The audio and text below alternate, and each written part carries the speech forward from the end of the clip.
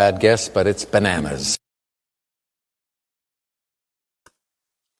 Good afternoon, everyone, and it's bananas that Ken is late as shit today. What was I supposed to be here? Let's see, 10:30, 11, 12, 31, 32. Are you kidding me? Hold on, I'm getting a phone call right now. Give me 1 second.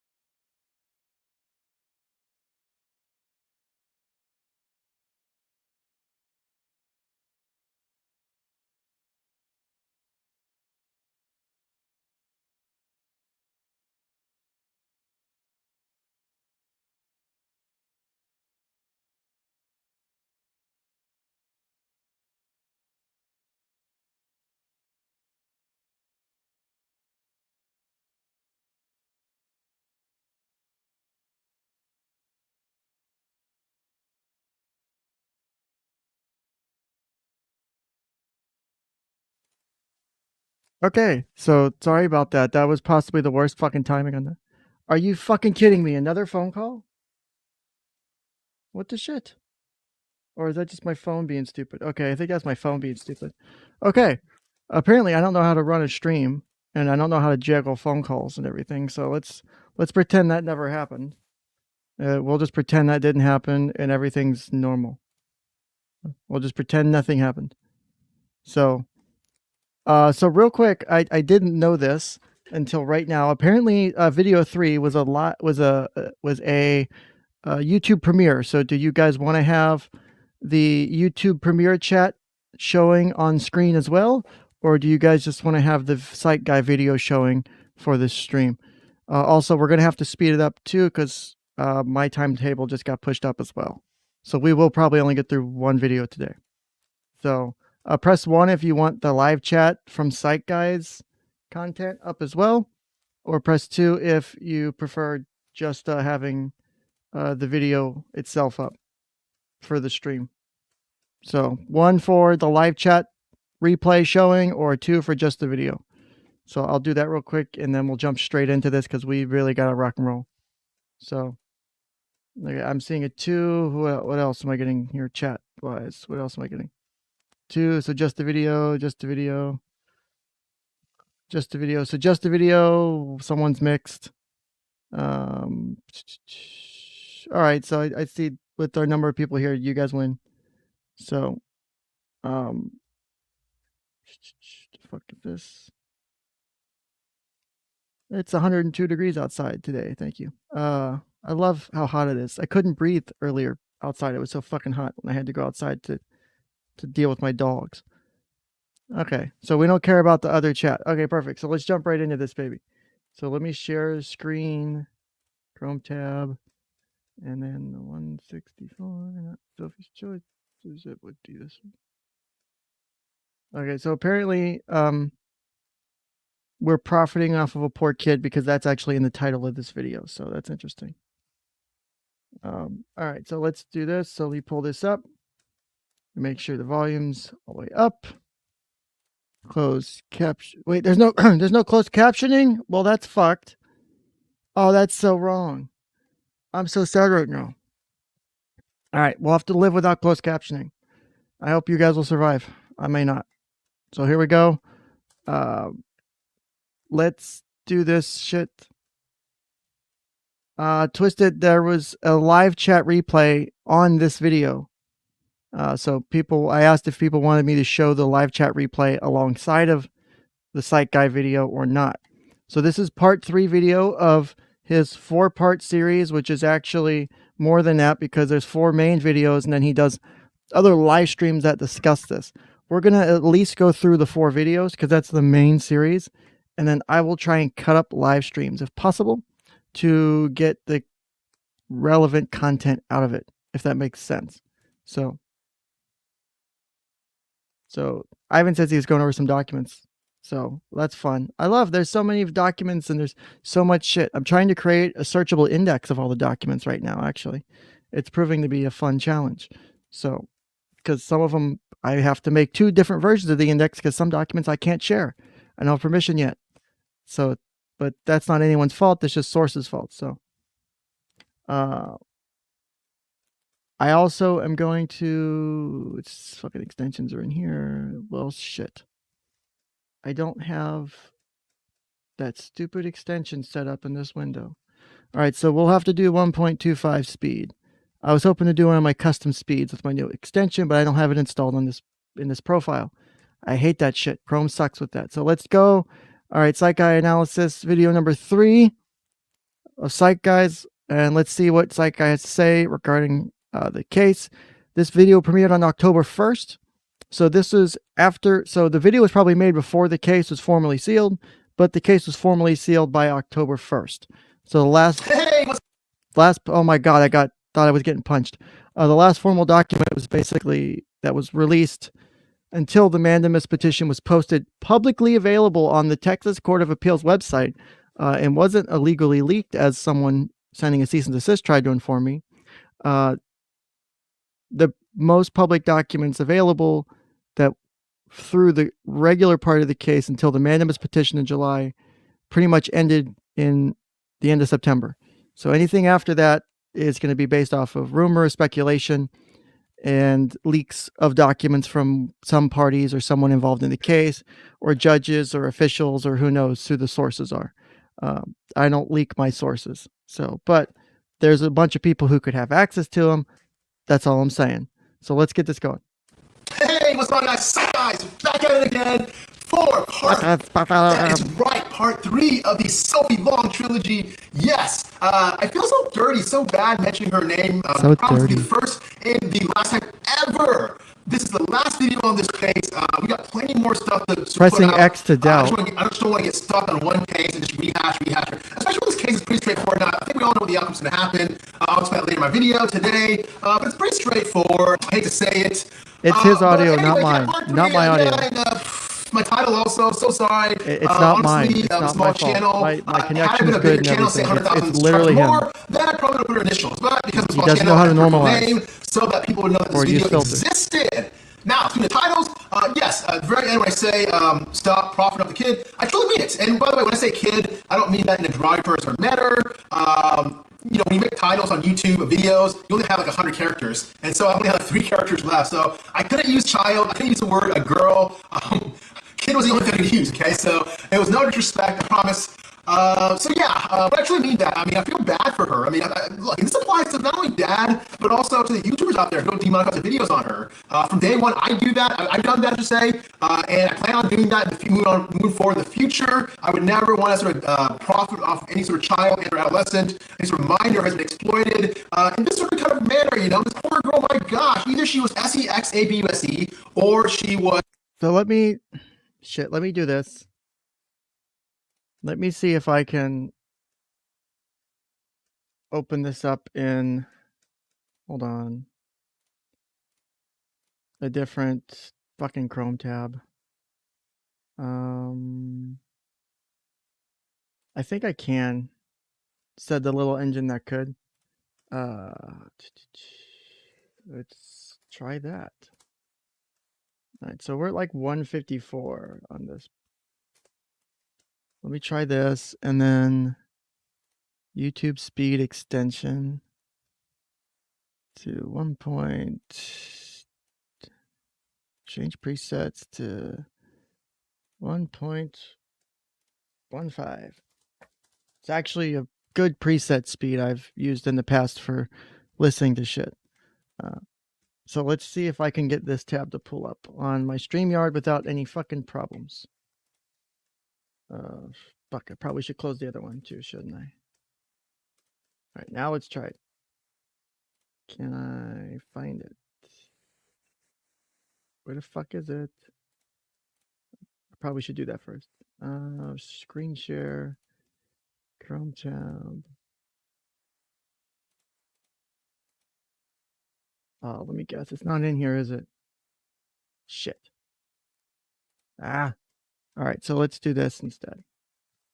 What's the name of this stupid extension? So YouTube speed. Where do I get this Chrome Web Store? Okay, this should take like literally a second or two to do. I thought I could use one of my other profiles I have, because I got like 6 Chrome profiles. Each of them I use different shit for. I use one for specifically YouTube stuff, for streaming. One I use for managing my channel. One I use for personal stuff. So one I use for not prawn. You know, what most people do. So don't judge. No judgies. No judgment zone. This is a no judgment zone. There's no judgment about Ken being late. And there's no judgment about any of Chrome profiles. Oh my God, I hate his intro. I know my intros aren't that great, but my God, I want to claw my ears out. All right, so we'll start around the minute mark. And then let's do the Chrome extension. Let's do 5, 5, then 1. Change presets, speed. And all right, let's give this a go again. Sharing screen, share screen, Chrome tab, and audio, share. Let's go. Go, baby, go. I truly mean it. And by the way, when I say kid, hopefully that's better. I don't mean that in a derogatory person manner. You know, when you make titles on YouTube videos, you only have like 100 characters. And so I only have like 3 characters left. So I couldn't use child. I couldn't use the word a girl. Kid was the only thing I could use, okay? So it was no disrespect, I promise. So yeah, but I actually mean that. I mean, I feel bad for her. I mean, look, this applies to not only dad, but also to the YouTubers out there who don't demonetize videos on her. From day one, I do that. I've done that, I should say, and I plan on doing that moving forward in the future. I would never want to sort of profit off any sort of child and or adolescent, any sort of minor who has been exploited in this sort of kind of manner. You know, this poor girl, my gosh, either she was 𝐂𝐸𝐸 or she was coached / there was parental alienation involved. It's one of the two. It's one of the two. On top of that, right now, I mean, with Dad's actions, my gosh, he's using poor judgments, isn't he?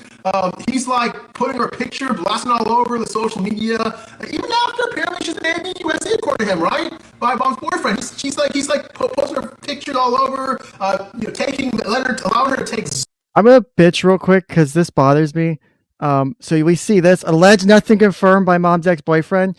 All that's alleged, but everything they say about the dad, there's no alleged. Pay attention, because I don't remember ever fucking hearing that as much as I hear about shit like this or any stupid notifications like that. Just a fucking pet peeve. It's like poster. Slow it to normal speed. Okay, damn it. I just don't want to get, I'm trying to prevent myself from getting struck by accident.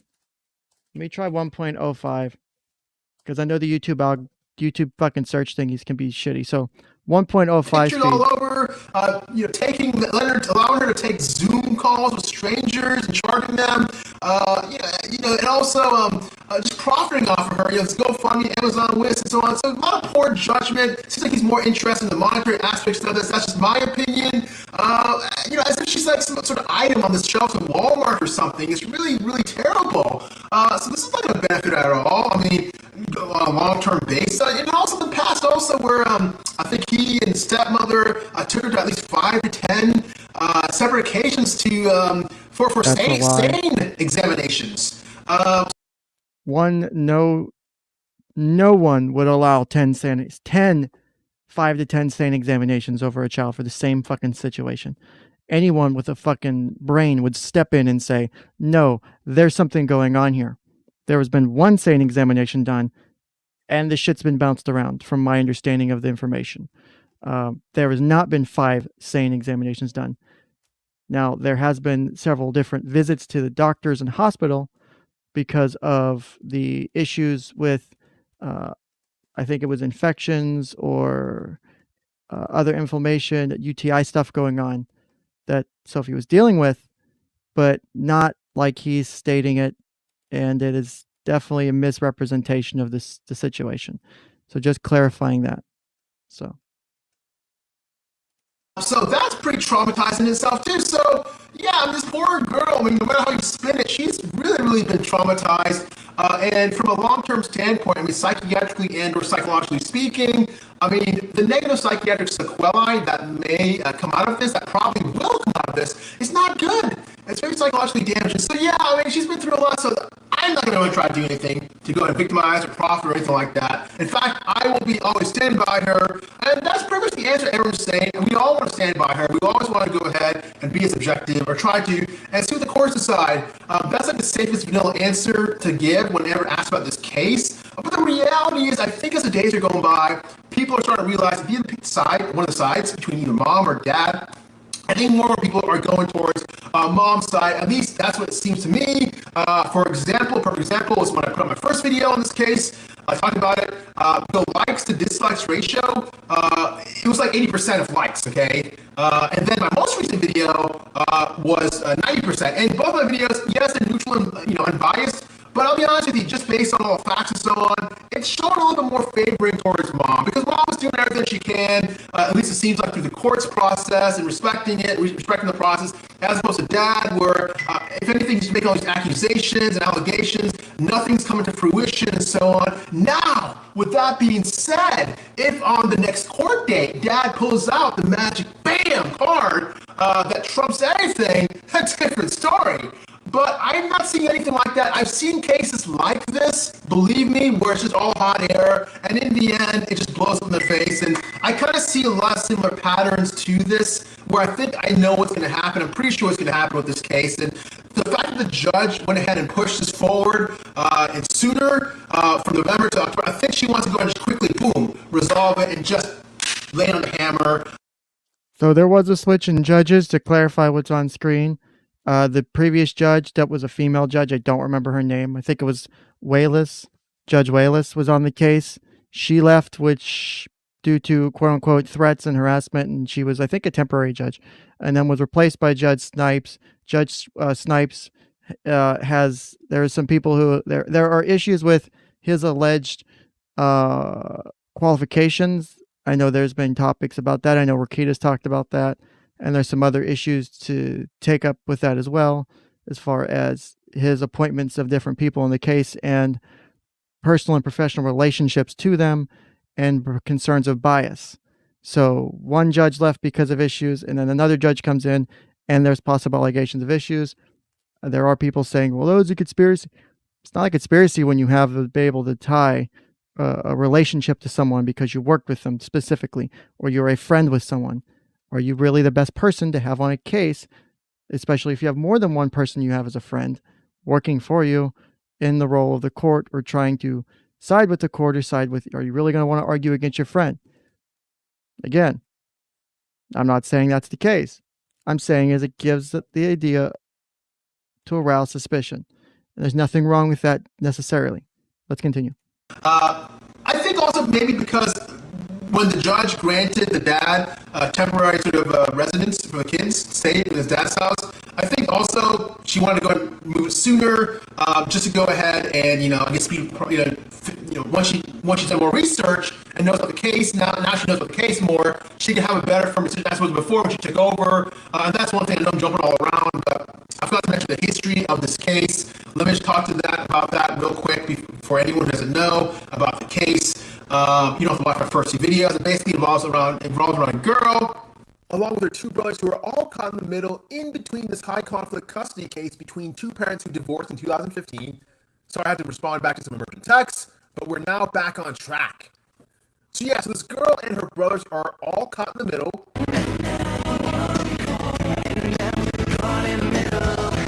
And mom has had custody this entire time the past several years, while at times the dad has periodically tried to regain custody and has failed on several occasions. Next thing you know, he's doing nothing this entire time to help out his case. In fact, doing the complete opposite of what the courts generally would like to hear. Not following psychological evaluations, running away for 8 months completely absent from his kids, coming back and living in an RV on his parents' land selling sands and crystals. Which, I mean, I have no problem with this. Sounds like you do have a problem with this, Psych Guy. Including alternative ones to a certain It doesn't extent, sound like you and respect support his that. beliefs. But bro, the courts don't. They want to hear something. Then that's a fucking problem with the courts. Then that's the courts discriminating against the guy. I don't fucking care if he believes in sand or rocks or fucking spiritual beings or magic. I don't give a shit. Does it impact his ability to be a good father? That's it. That's all that should fucking matter. I don't care. If the court's biasing themselves based on that, then there's a bigger fucking problem. Just, sorry, that bothers me. I'm personally non-religious, personally been an atheist for a long fucking time. Have no problem with people's religious beliefs, but god damn it when I see that shit, it pisses me off. Very pro 1A.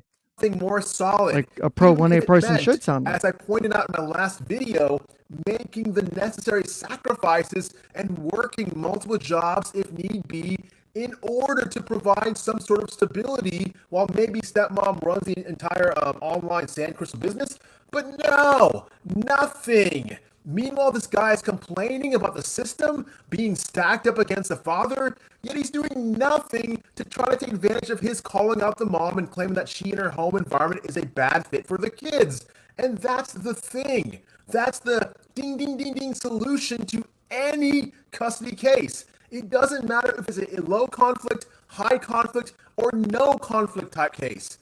Side note, if you are ever caught in this type of situation, hopefully not, but maybe one day you may find yourself in a custody battle, or heck, currently in a custody battle, all the courts are really looking for are just 3 magic words. Goodness of fit. Where is the child going to be a good fit in? What type of home environment is the child going to thrive in? Goodness of fit. I can tell you this much. Dad has got to really turn it all around, because this riding donkeys and buying an expensive Taylor Swift cat is not going to cut it. The impression that I've gotten thus far from this case is that he probably is on, or was on, his last straw after many failed attempts of trying to win custody of his children. That's what I think is probably going on. You know, a last-ditch Hail Mary attempt. Next thing you know, there's these 3 edited videos of the poor girl screaming, allegedly claiming that mother's boyfriend is abusing her, which have not been proven, by the way. Then dad's camp spreading all these alleged allegations. Notice how he finally shows jail, videos, clips of the, like real clips of the video, away, like screenshots, but not actual video clips. Doing bad things with, you know, with the just girl. Pointing it out. All allegations, all untrue. So since the judge alleged allegations, the old judge recused himself from the case due to safety reasons, due to threats from a lot of supporters on dad's side, the new judge allowed temporary residence for the kids to be at father's house.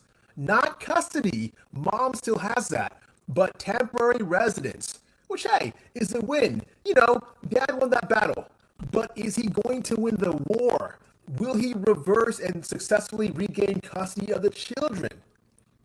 I know the court date is coming up this Friday the 2nd, and here's what I think is going to happen. It's going to be one complete nothing burger. The decision's pretty much made behind the scenes probably already. There's something called a discovery phase of a case, and everything's out in the open and what's going to be presented. And for dad to lose custody in the beginning of all this, or maybe throughout the journey, I don't know when exactly he lost custody, but there must have been something concerning in his past, or something he failed to do or follow up on. So to just reverse custody like that, especially when there's nothing that we are hearing that is going to warrant a reversal, don't expect mom to lose custody, because there's got to be something damning and proven that I'm not seeing. Yeah, expect it to be a nothing burger. Right now, the judge is not watching any of these YouTube videos, by the way, thinking, that YouTube creator, that person made a good point. No, the judge is just going to rely on the facts and the relevant evidence that is submitted in the courts. So let's talk about both sides real quickly. With mom, the only thing people keep bringing up on dad's camp is that she didn't show her license, or she showed it but was kind of resistant initially when the cops showed up at her doorstep. And a lot of folks are jumping and saying, "Hey, what is she hiding?" I personally don't see. I'm not sure what's wrong with that. I mean, I know if I were in her shoes, I would also be a little hyper vigilant, especially if I were in the middle of a highly contested custody battle and cops showed up my doorstep and asked for a license, and myself not knowing the entire process and whatnot. In fact, I probably would have said something like, "Hey, sorry, I'm gonna have to consult with my attorney on this. Besides, I've got Totino's pizza in the oven, and it's almost been 15 minutes, and I gotta get back to watching my wings on TV that's on pause." The episode where the Hackett brothers are trying to win the affection of Alex in the gym. Remember that episode? Slick. Excuse me. I'm trying to focus, okay? No? Wings? No. I love wings. Love wings. I love wings. Love wings. All right, so yeah, I thought she acted completely appropriate. Oh, and the other thing is that they are getting onto her for trying to stop the GoFundMe or trying to get in on that. I see nothing wrong with taking offense to others profiting or trying to profit, such as the dad and stepmom trying to profit off her child. If anything, I thought it was appropriate for her to get in on, that GoFundMe, especially if she is the primary. Wait. Hold up. I'm fucking typing something up to make a poll. Did he just say that it's mom? All right, so yeah, I thought she acted completely appropriate. That mom should get the GoFundMe? No, he did not. He did not. GoFundMe or trying to get in on that. I see nothing wrong with taking offense to others profiting. What the fuck? His dad and stepmom trying to profit off her child. If anything, I thought it was appropriate for her to get in on that GoFundMe, especially if she is the primary custodial parent. How? Tell me how. The main person responsible for seeking therapy for the girl, especially when it doesn't seem as if dad has been seeking therapy. Now, looking at the dad, there are so many questions about him. Several that I mentioned in my last video, but let's talk about that GoFundMe account. Why is it still active? Why wouldn't he be more focused on trying to seek justice and trying to find those alleged 4 perps who allegedly did bad things to his daughter in that hotel room? What about going after the mom's boyfriend? What happened? Doesn't he want justice? Or could it be that it's been all just made up after he's pulled in a possible money scam here? And why is he blasting his daughter's face all over the internet? She just allegedly got victimized. Doesn't he care about her overall psychological well-being? And why is he selling t-shirts and in turn objectifying her? And why not go the distance? I mean, why stop there? Why not go ahead and sell koozies while you're at it? Beer bottle openers. Come on, right? I mean, just go the distance. Oh, and by the way, before I forget, our name is Forrest. It is okay to question the GoFundMe account, especially if you donated money to it. Don't let him or supporters convince you otherwise. I'm pretty sure everyone, no matter if you're on mom's side or on dad's side, every side wants to hear about her receiving therapy, right? But if you had watched one interview, I think it was like 2 Fridays ago. No one's against her getting therapy, dude. In jiu-jitsu classes than an actual therapy for the girl. Like maybe he's thinking that he needs to train his girl to be like a Cassie Cage from Mortal Kombat, just in case so she can defend from potential 𝐓𝐢𝐻𝐵RD. Oh my god! Oh my god! I hate plastering her image all over the internet. It's not helping, bro. I hate the way he spells shit. It bothers me. It's a fucking pet peeve. I'm so sorry. Anything to potentially happen to her. Have you thought about that? Have you thought yes, about affirmative. That Not. He is claiming to be neutral. Instead of trying to hire Mr. Miyagi. I mean, it's really pathetic, and he's really doing nothing. Yeah, he's actually claiming to be neutral. That's for sure. Instead of being focused on trying to set up school or therapy, he seems more interested in trying to keep the story fresh and alive by going or trying to go on the interview circuit. Trump, Grace, and Swift, they all have great PR firms, more than likely, I'm sure, and they all probably thought something smelled fishy, which is not hard to do, by the way. However, the dad seemed to have managed to have fool a few YouTubers on here, and there's like a... He's fooled YouTube. I fucking hate that statement. One was just... I literally couldn't watch. It was a complete laugh fest. There was some woman, she had this ridiculous purple bow, and she was rocking a fluffy purple dress, looking all like Tinky Winky. Next thing, her camera sitting sideways this entire time, as if she's Paul Wall or something. Look, I'm not gonna hate. I'm not gonna deal with this hate on Paul Wall. Just do what I do. I am not gonna deal with this. I can't do that. Click on rotate image so that it's horizontal, straight, and then sync your audio. Boom, you're good to go. How hard is that? But if that's not bad enough, the beginning of her video, there was some deep movie theater voice guy talking all about like, she's gonna fight for your rights, and then she pops up, and I'm like, wait a minute, wait, my rights or the Teletubbies' rights? I'm so confused here. And the best part was this. Hold on, real quick. I want to answer this question because it is in chat. Where the fuck it go? Shinobu says, so Sophie crying in pure terror is washed away by _whataboutism. It's washed away by his analysis of people's textual analysis of the video. Because Psych Guy has admitted to not watching the video. Psych Guy has stated he does not watch the video. He is basing his analysis off of what other people have said about the video. He's literally doing his analysis third party off the video. Now, he's not necessarily wrong in some of the things he's saying about it, but without seeing the video, you can't grasp a full understanding of it. Like I said last time, you can not bias yourself and come up with an analysis. Like you could do it before and after, right? You can say, this is my thoughts about it before based off of descriptions, and this is my thoughts off of it after watching it. But that doesn't seem like the case. I still don't have him saying, I've watched the video, and him describing specifics based off of his visual interpretation of it. Like I would show you, like I did in my stream, when I went over these 10 or so episodes ago, when I went through them, I was like, oh, here's your issues with this thing, and here's why I take issue with it. We don't have that. Now, that's his analysis, right? He's the expert, right?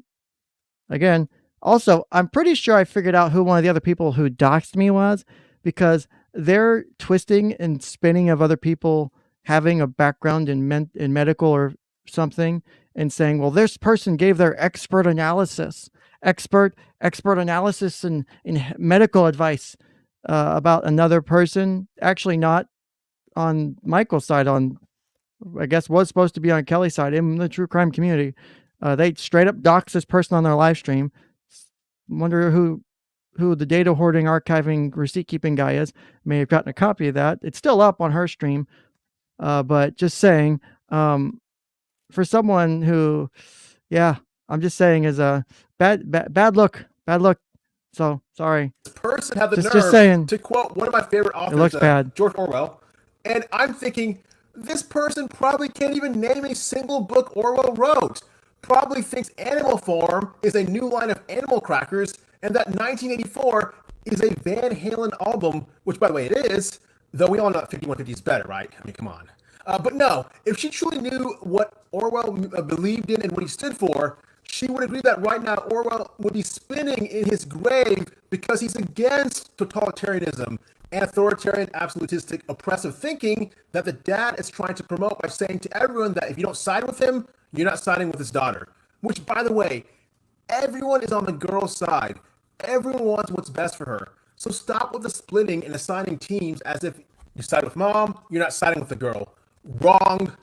So, okay, what else? I'm going on a tangent here. Wait, what did you just say? Because I keep trying to respond to people and I keep fucking missing shit. Splitting and assigning teams as if you side with mom, you're siding splitting with the girl. You're assigning teams. You're assigning teams. Okay, what else? I'm going on a tangent here. Jesus Christ. Going back to those interviews with the dad. So yeah, there's two that I kind of saw snippets of. One of them seemed he or she was really overmatched, and the dad took complete control. It was rather sad. But yeah, in either interview, oh God damn it! I did it again, motherfucker! I fucking hate myself. Oh my God! Could someone give me the timestamp before I fucking you fucking cunt! I hate myself. Where the fucking okay? I think I roughly around 16:20 something. I think is where we left off. God damn, I fucking hate this stupid YouTube shit. Yet it's been providing me a place to do things after losing my job. I backtraced it. I backtraced the signal. Fuck you. I backtraced the signal. Oppressive thinking that the dad is trying to. That was my photo docs. That other picture. You're not siding with his daughter. Surprise. Which, by the way, everyone is on the girl's side. Everyone wants what's best for her. I don't agree with that. I don't think people are. You side with mom. I think people think they're on the girl's side. Wrong. And they don't actually understand what they're doing. What else? I'm going on a tangent here. Going back to those interviews with the dad. So yeah, there's two that I kind of saw snippets of. One of them seemed he or she was really overmatched, and the dad took complete control. It was rather sad. But yeah, in either interview, both waste of time, by the way. I've only seen snippets again of both, but both were basically... I've only seen snippets again of both. I've only seen snippets again of both. Do you know what I've done? I've read almost the entire court record, personally, behind the scenes. I've either read or skimmed through, and the shit I skim through is stupid shit. Like correspondences by the court and little emails about filing shit. All the big stuff I've read, straight up read, right? I've watched all of Psych Guy's content before I decided to make any videos on him. I watched every single video he's put out on this case. I've watched or listened to them all. More than once. More than once. Before I put a video up and said, let's talk about these videos. Because I wanted to see his takes. Maybe he changed his views. Maybe he changed his opinion. I was giving him the benefit of the doubt. I was trying to give him a decent perspective on what's going on. On, you know, how to interpret this shit. And you know, maybe he changed his opinion. Maybe he went one way. Maybe he went the other. And then as you go further along, shit gets so fucking crazy from this. And that's why some of the recent shit, one of the most recent stream where I get name dropped near the end and shit, like I just don't like his takes. He says shit along the lines of, again, any guy watching or viewing this case is a pervert or has creepy or malicious intent, basically, was the implication. Or was creepy, like, so guys can't be advocates for children is what I'm getting here. Like, those are just really weird takes. And I don't know where he's getting them from, but that's just me. But let's continue. I know both interviews could be the same. Sycophant sucking up to a possibly sick man. That's it. That's what it felt like. Just kissing up, boosting his ego for no reason, acting as if he's like a Mother Teresa, just tossing softball questions at the guy. And when it came time to a few questions about the pertinent, relevant stuff, like questions about coaching or parental alienation, if you watch either interview, you'll see non-verbal signs of deflection. He'll look distracted, off camera, as if he's reacting or pointing to something else going on, only to come back and recircle and answer the question, but not answer the question, going off and maybe almost tangential and or circumstantial statements he'll make. The more appropriate thing would be is to answer the question directly and succinctly, but it appeared as if what he was doing was just giving vague answers, like blaming the system while he truly needs to be blamed for what appears to be a lack of sheer passion and compliance during this custodial dispute. Hiding a lot behind the girl and implying that you're terrible if you don't believe the girl, and trying to align the girl, Sophie, that is, if you believe the girl, then you should believe me. Yet his behaviors and actions are not matching up to the narrative that he wants to paint, i.e., parents trying to look after the overall well-being of the girl. Why haven't you looked at the possibility of mom painting a narrative too? Right? I have no problem with saying that Michael may be making a bunch of mistakes, or Kelly's making a bunch of mistakes. I have no problem telling that to either of their faces, because I'm an honest person with honest intentions. I have no problem telling you guys that because it's what I'm fucking doing here, right? The goal of doing something like this is to tear it down into its little components and go, here's the outcome I'm expecting from this. Here's where I would, from my standpoint, with my background, my education, my experience. And guess what? You want to know something interesting? Even doing counseling, and even though I'm not fucking advanced psych guy and I'm still fresh to the field, I'll give you that. I have no problem admitting that. I've had great success with my clients. But one of the most fucking crucial things is a lot of this critical shit I do in counseling, A lot of it never came from any shit I learned in school. It came from being a firefighter. It came from working with people. It came from working in a place where I dealt with people who came from all across the world to come visit because it was a popular attraction, right? Learning to deal with people, learning to deal with management, learning how to deal with families, learning how to help people in their times of need as a firefighter, an EMT, being in the military, understanding discipline and working together with a team and camaraderie. Like, all of that shit has helped me more in being a therapist in a lot of ways than grad school ever did. So, I don't have a medical degree. No, I don't have a doctorate degree. I have a bachelor's and a master's degree that I'm fucking proud of, because guess what? I never intended to go to college. I left high school with the intention of never going to college. Go to the military, go in the Air Force. What's the first fucking thing they tell me to do? You have to go to school for your performance reports. I went, fuck you. And ever since then, I had gotten credits and cleps and shit. I clept half of my fucking bachelor's degree. I got the rest of it. I went to my first day of college classes online as a fucking junior because I had so much transfer credit from the Air Force Community College and cleps, right? Because I clept all their general eds. Like, because I had to have education on my fucking EPR. But I never intended to go to school. This was a backup plan after my back fucked off, thanks to the chiropractor in the military. And this is my backup plan. And you know what? I'm happy where I'm at. I love it. But all the other shit I did in my life has helped make me a good therapist. I have no problem admitting that. So no, I don't have years or decades of experience. Fine. But I've never once had a complaint based off the type of therapy I did. Never once had someone come back and say, your shit isn't helping me and I don't want to work with you anymore because of it. The only people I've ever had leave were because of scheduling conflicts and because of miscommunication issues, never because of my actual practice. And that shit happens. Shouldn't. It was my mistakes, but never because of how my practice was. And I'm fucking proud of that. And no one can take that away from me. Yet not speaking of therapy at all. Instead, rather jujitsu and the GoFundMe account. Hold on, give me And also 1 second. I gotta answer a GoFundMe phone account call. Real quick, gotta mute.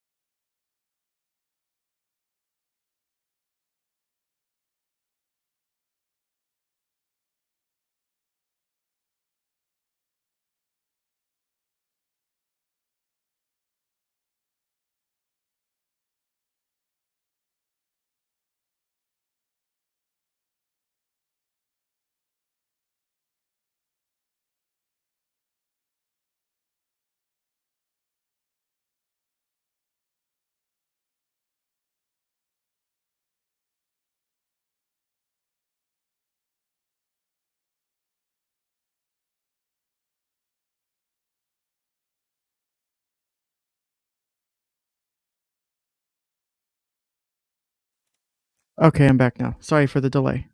All right, let's continue. Also, I threw my ticker up. If you want to support me, you can support me on locals on Ken'sCounseling.locals.com, or you can go to supportken.com/locals and support me either with a one-time donation or monthly. You can also send me quote-unquote super chats on the stream because I'm not fully monetized yet through YouTube by going to supportken.com/tip or streamelements.com/Ken'sCounseling/tip. Or you can still go to my GoFundMe, ironically, which is up on the screen, the logo at supportken.com. It'll take you straight to my GoFundMe page, and you can help me out there to give me a couple months worth of money to help get through losing my job and kind of getting back up on my feet and trying to figure out what to do, whether or not to do YouTube or more full-time or something else like that. So we'll see.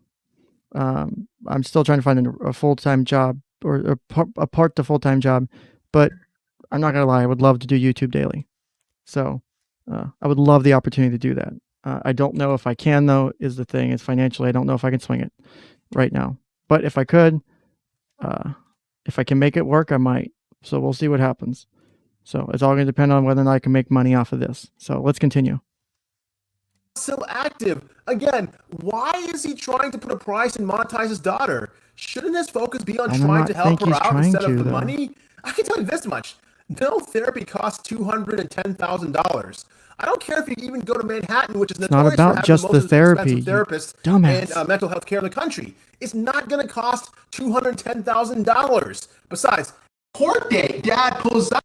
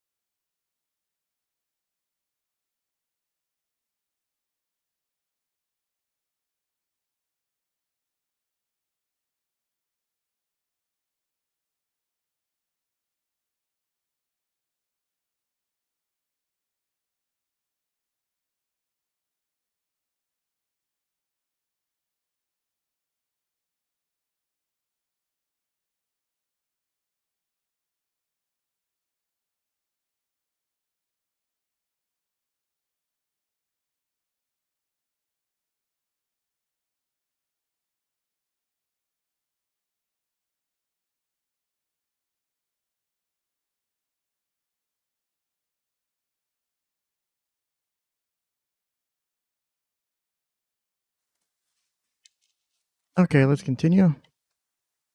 Therapists and mental health care in the country. It's not going to cost $210,000. Besides, ever heard of medical insurance? If she's on Medicaid, it'll usually be covered if deemed medically necessary, which it would, by the way, after being allegedly 𝐂𝐸𝐬𝐴BUS, right? So that's not an issue. Now, if she had private insurance, no problem. Some of it should be covered also. Sometimes there's deductibles and maximum out-of-pocket expenses to meet, but it sure won't total $210,000, that's for sure. Now, if say he wants to use that money to buy a house, well, that doesn't make any sense either. A safe, secure environment is really all that she needs. If she were maybe in the autistic, the pervasive developmental disorder spectrum, then I can see maybe making an argument that a special room equipped with proper necessary equipment and toys geared towards sensory promotion to help alleviate any sensory deprivation issues that she may harbor. So yeah, I can see an argument for father to go in that direction.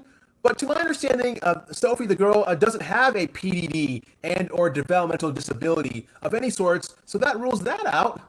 You know, the smart thing for him and his stepmother to do is to just show the receipts.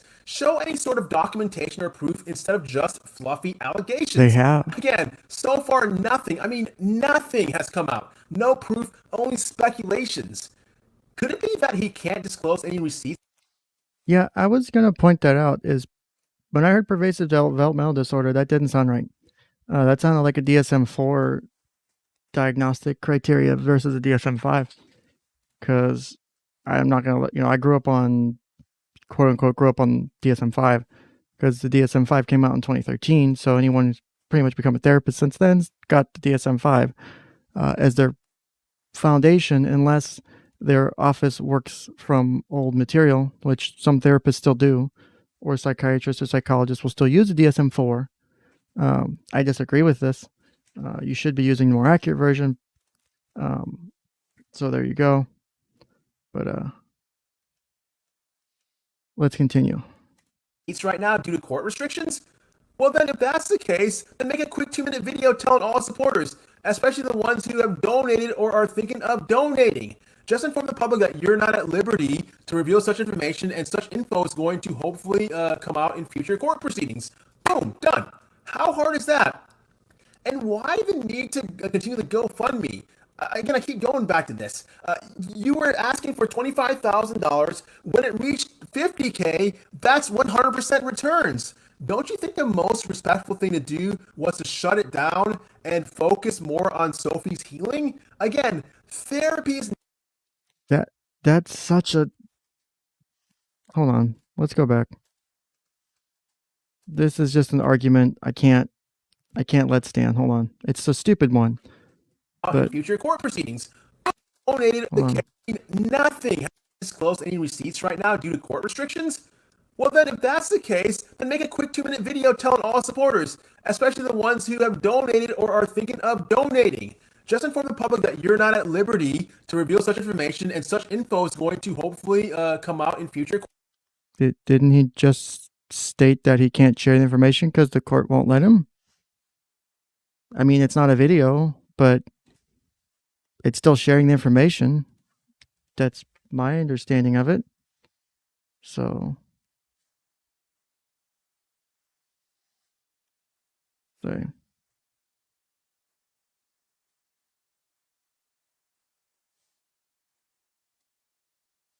So give me 1 second, just trying to respond to something.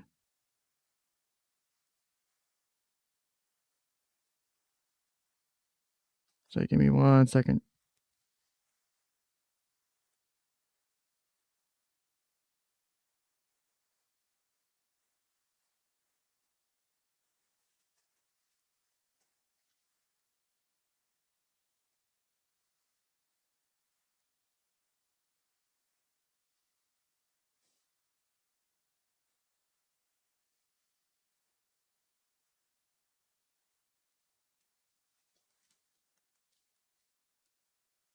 Okay, here we go. Court proceedings. Boom, done. How hard is that? And why the need to continue the GoFundMe? Again, I keep going back to this. You were asking for $25,000. When it reached $50K, that's 100% returns. Don't you think the most respectful thing to do was to shut it down and focus more on Sophie's healing? Again, therapy is not going to cost $210,000. Lawyers' fees are not going to cost $210,000. Pressing X to doubt. That is so incorrect.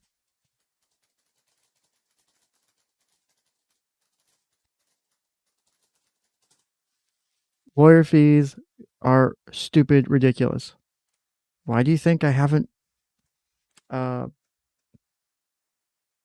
up a lawsuit yet on anyone? Because just to get it started, it's going to require thousands of dollars on a retainer. Just to get someone retained, then you're looking at anywhere between $200 to $500 an hour for a decent attorney. Not a good attorney, a decent attorney. What city is this case based out of? Does anyone have that name of the city? Because I want to give you an average cost roughly of shit like this, based off of, because I don't remember the damn city off the top of my head. It's pissing me off. Frisco. Okay, Frisco. So let me do this. So Frisco, Texas. Zip is 75033. Okay. So according to thumbtack.com, which helps show lawyer fees for family law attorneys, you're looking at anywhere between $280 an hour, $250 an hour, $350 an hour, $250 an hour for just 3 of them that are listed there in Frisco. There's just 3, just a sampling of attorneys, right? How much is it for each motion that gets filed? How much is it to respond to a motion the other party files? How many hours of work is that? It's not just an hour. To research, to respond, to reply, to draft, to communicate with your client, every email, every text message, 10th of an hour, 10th of an hour, 10th of an hour, right? So every time you get maybe a short little email, you might get a 10th of an hour billing, or you might get 4/10 of an hour billing, depending on how your lawyer bills it, because they use 6-minute increments, 10th of an hour. Every 6 minutes is a 10th of an hour. So how quickly do legal fees add up? How quickly do you start burying your ass in debt, or burying your ass in other credit? Like, people will use credit card advances, pay their bills with credit cards, people will mortgage their houses to pay for somewhat simple court cases. Because guess what? You don't get to take most cases on contingency. Because guess what? Most lawyers need to fucking feed their families too. And that $200, $300, $400 fee that's not going straight in their pocket, it's called overhead. Other employees research, they see a smaller fraction of that, trust me, right? Just like the fees that you pay a therapist, right? The place I used to work, billable rate was starting at the full cash rate or whatever was like $175 for the intake, and then $150 an hour for the sessions after that. Most people didn't pay that because of insurance or other shit that would come into play. But the structure there for compensation was actually pretty good, depending on what level you were at. But either way, you're still talking, you got to pay the bills. Like, you can't just not pay the shit. Like, you can't just have every lawyer take you on contingency for every case. You're talking this case here with all the documents filed, all the emails. I could probably run an estimate. Some of these motions are long. Dozen hours, maybe, for some of these motions. At least 10 hours for some motions. At least 5 for most of the average ones. Maybe 6, maybe 7, maybe 8. That's being generous, because assuming they deal with shit like this all the time, they have the citations in a reference manager, and they can cite shit quickly. I would assume that. But the rest of it is like, no, it's not easily accessible. You have to dig, you have to research, you have to find shit. You're spending a lot of money. Each month you can expect to rack up tens of thousands of dollars, depending on how active your case is.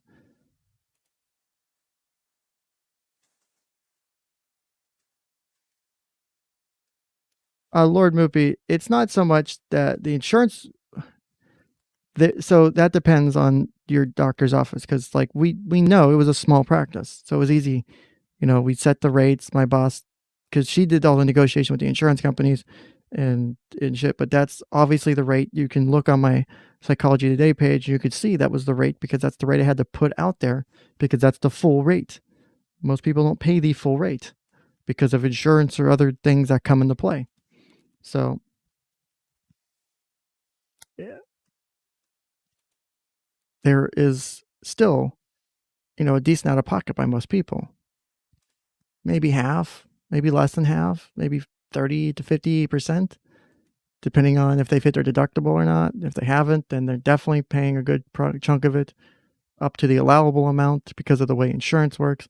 I could do a whole stream on how fucking insurance works with billing and shit and therapy. It's fucking stupid. But there's a lot of fucking money. A lot of money.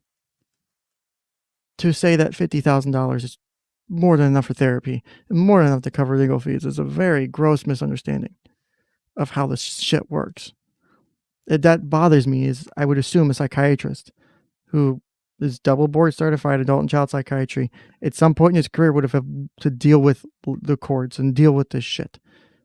Being deposed, he's got to know. Depositions take hours, and you have to prep hours for them. If you have a decent attorney who's willing to do that and you have the money, you should be prepping for hours for a deposition, even though they're pretty simple. Just, again, I'm not a lawyer. Just say the truth and nothing else. Don't fucking add shit to it. That's it. Done. That's all you gotta do. Anything else is extra. Don't fucking add it. Don't do that. Just bare minimum. That's all you gotta do. It's not necessarily that, Nerd Trumbo. He went to med school. He got his residency. He's met the qualifications. I don't remember the way the certifications work for that. Normally, for shit like that, you have to have so many hours of practice under a currently licensed person in that field. Seeing so many hours of clients or so many types of cases and shit, blah, blah, blah. And you get your certification. It's pretty common practice to do that. Some people don't work with kids, so they don't get certified in it because they don't want to deal with working with hundreds of hours worth of kids or thousands of hours worth of kids for clients. I get it. Trust me, I get it. I work with kids because I like working with kids because kids are much more fun to work with than adults. And you can make a lot more progress, or you can be fucking stuck in a rut for fucking months, all in the same situation, depending on the client. Where adults can progress in different ways. Kids are really fucking interesting in how they progress therapeutically. And I'm being nice about this because, one, again, fellow colleague, I'm not going to sit here and badmouth him. I will call out shit I disagree with. And I will call out shit that I don't think he's accurate on because I don't feel he's being accurate in his representation. I'm not saying he's doing it purposefully. I'm not saying he's doing it as a paid shill. I'm not saying he's doing it because he works for some. No. I'm just saying that to be arguing from a place of authority and to be cited from a place of authority.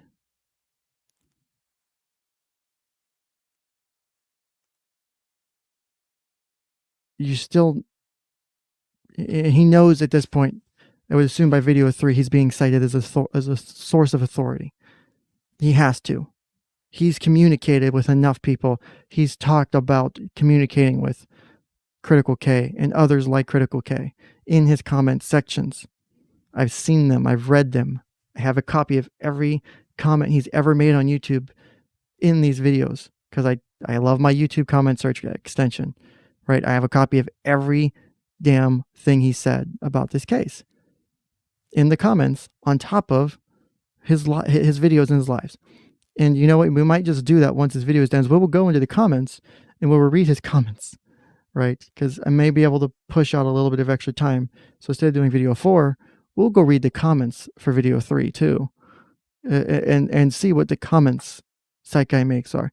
Because while the video may come off neutral, and I can't do air quotes because I'm a talking audio avatar, the comments show a different perspective, and I think you'll find it interesting. So, and again, I don't know if anyone knows who he is or where he's from or any of that. To my information, he has not been released or doxxed or his name's ever been out there. So I can't verify his credentials, which according to one of the people that was doxing people yesterday on their live stream, you really want to know the names and the credentials of these people who are giving medical diagnoses and expert opinions. Well, for someone who's giving an expert opinion, your standard should apply. I do not agree with it, but you should hold yourself consistent. Just saying. That's my personal opinion on it. Again, I don't condone doxing. I don't support it. None of that shit. I'm just saying is if you're going to be consistent across the board. That's it.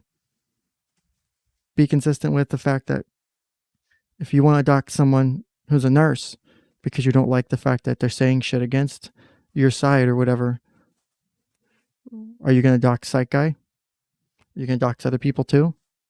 Are you going to at least hold a single consistent view in this entire situation? Someone who constantly says, I've got receipts, I've got receipts. You read off your receipts and never show them on screen. You cite receipts that are never visible. Yet when I show receipts, I lose my job because I can actually back up the shit I say. I can probably go through and deconstruct a lot of his arguments and cite the shit in research and cite the shit in the DSM and cite the shit in psychiatric reference material to say this is probably not the best take. I don't just say the shit I'm saying because I think I'm right. It's because I have at least some modicum of being able to know where the information is. Because one of the best pieces of advice I ever got from one of my first supervisors in the military was because I was trying to learn all the regulations and Air Force instructions, right? He said, don't memorize the AFIs. Know where to find the information. Know which AFIs contain which. AFIs are Air Force instructions, and you have Air Force. There's other things like acronyms and shit. Know where to find the information. Because that will help you more than trying to memorize it, because shit gets updated, shit gets changed. I can find the information. I'm good at research. I'm good at researching shit. It's a skill of mine I'm pretty decent at. I could probably find shit to disprove things he's saying. And maybe people can disprove what I'm saying. That's fine. Just show your goddamn receipts. It's all I've asked. Bye, Nerd Tremble. It was good hanging out with you. I probably missed you at this point.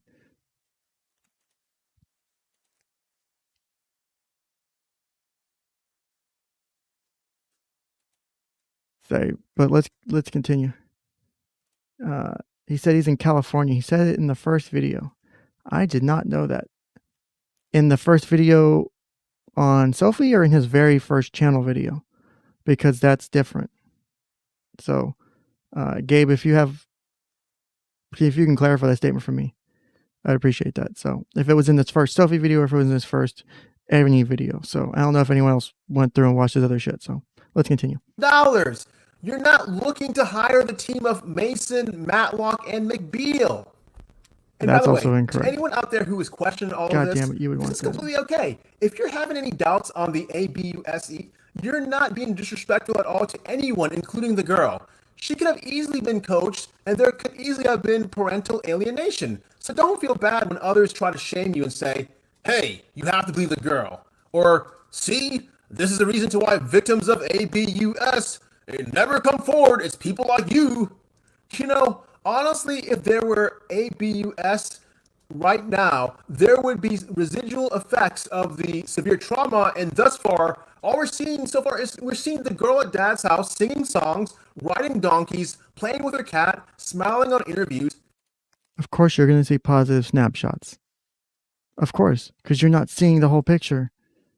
Hence the whole issue with the fucking thing. Is you're seeing a portion of it. That's part of the problem. I don't know if I'm wrong for saying that. But I'm just pointing that out. Sorry if I'm fucking wrong for that.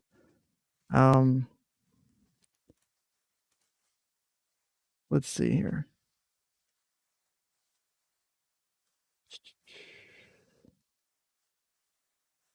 Let's see here.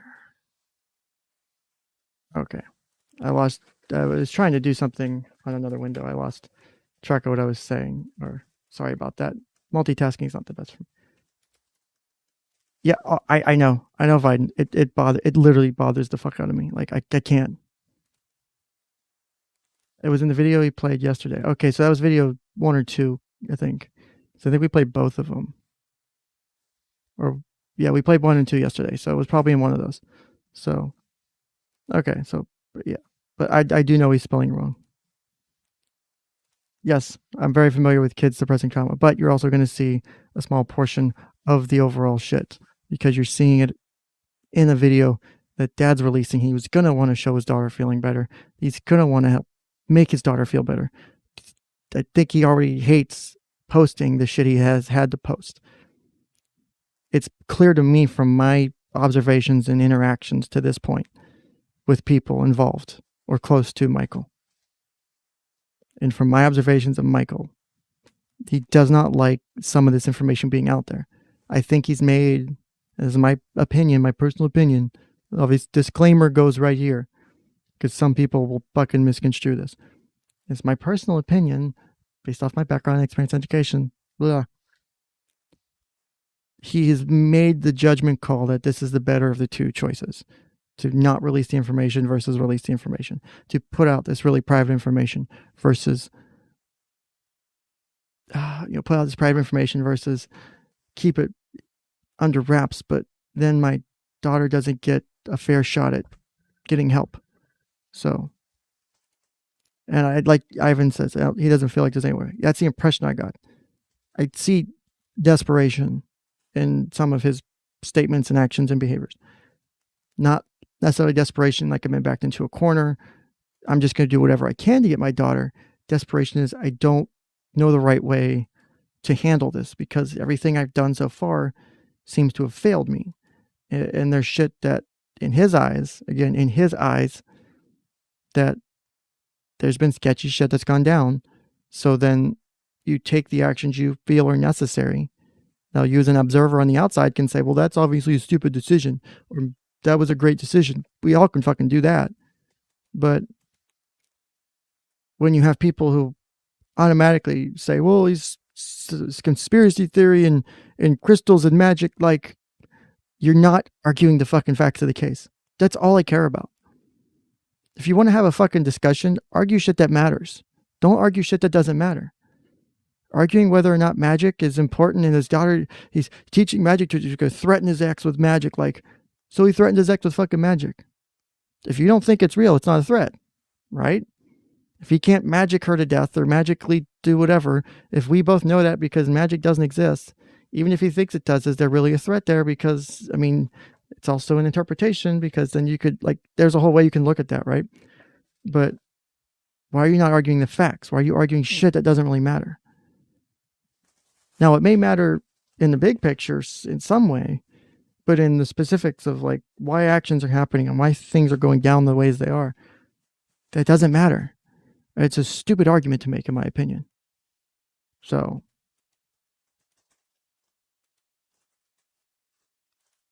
what choice did he have in his mind would be, my daughter is scared to death, based off of information that's available. My daughter's scared to death and scared shitless of going back to her mom's. But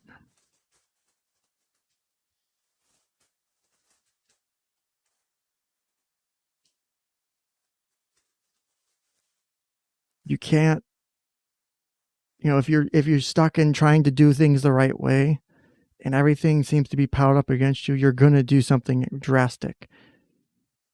Do I really need to pull out my 𝐓𝐢𝐻𝐽 card, right? Sometimes reasonable men must do unreasonable things, right? To paraphrase, right? Or to take unreasonable acts. For someone who maybe was trying to be reasonable. And one of the things I still keep getting quoted, people still keep stating, is that Michael was going to lose his, he was getting a termination of parental rights prior to him making the allegations in the motion to modify or the motion to change custody and shit in the TPR, that he was going to lose his rights and that there was all this stuff going down and that he was going to, I have not seen information to fucking support that. If anyone fucking has that, please give it to me. Because people keep saying that Michael was getting ready to lose custody rights and then he makes these allegations against the child's, the mom's boyfriend again. Regardless of other allegations, you clearly have a kid who's freaking out. You still have to investigate that. Period. Some way, somehow. Like,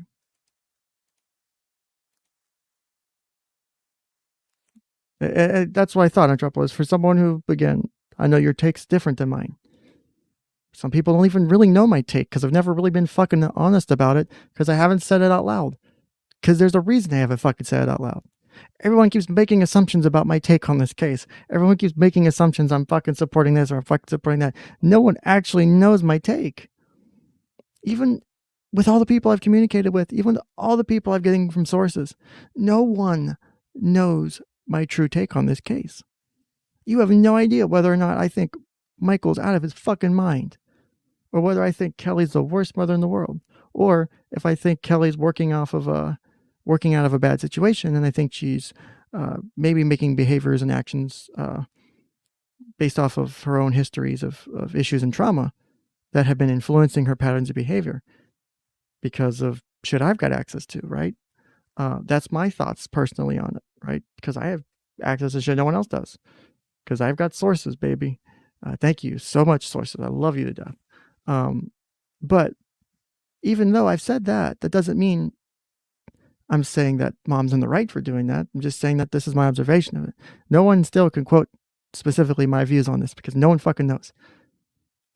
All I've said was, Michael appears to be having his due process rights violated as it relates to the recent hearings, and that you have a child who is making an outcry, and the child appears to be genuine in her outcry. Please cite me to what my fucking opinion is. No one can do it. Thank you. I'll be here all night. Well, not really. You get the idea.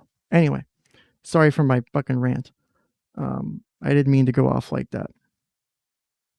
So, let's see. Yep, sometimes reasonable men must do unreasonable things. Yep. That doesn't mean Michael was right to do it. But when you were put into that place, one of my favorite things I've done so far on this channel was listen to the Marvin Heemeyer tapes, because you can listen to the man deconstruct his actions and his rationalizations as he leads up to do something that ends his life, because he knows going into it, he's going to die. And you can listen to him rationalize and state all the shit leading up to it. And some of it is irrational as fuck. Other things are like, well, no, that kind of makes sense. I can see why you do that. I can see why a man would be pushed to that limit. Right? So, does that mean he's completely off his rocker? Maybe, maybe not. It depends on how you interpret the evidence. Depends on how you interpret the material.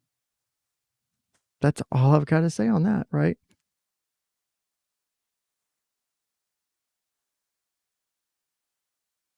Let's see here.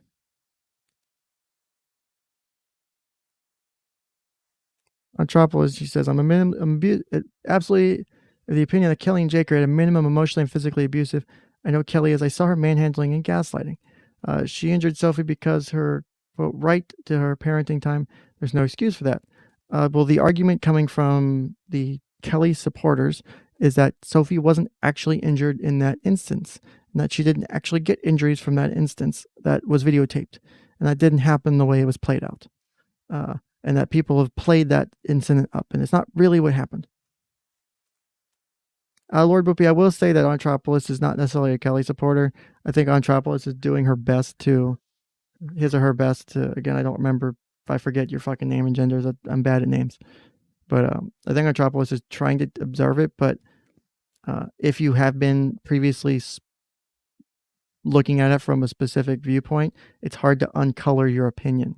It's hard to uncolor how you interpret facts and how to uncolor information you've already observed if you've already biased it, right? So if we read through like the affidavit, right?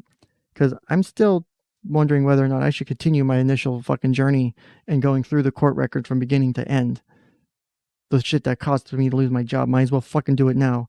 I've thought about going through all the fucking documents and saying, fuck it, we're doing the whole goddamn thing. And we're just going to do a fucking stream or 2 or 10. We just read every goddamn document, put it all the fuck up there in fucking order so everyone's on the same fucking page. There's no fucking misinterpretation. There's no documents hidden behind a black screen. And just, I'm going to read it off to you. I know some people don't show their shit. Whatever your reasons are, I don't like that. I think if you're going to read something, I want the viewer to see it. I want you to see it.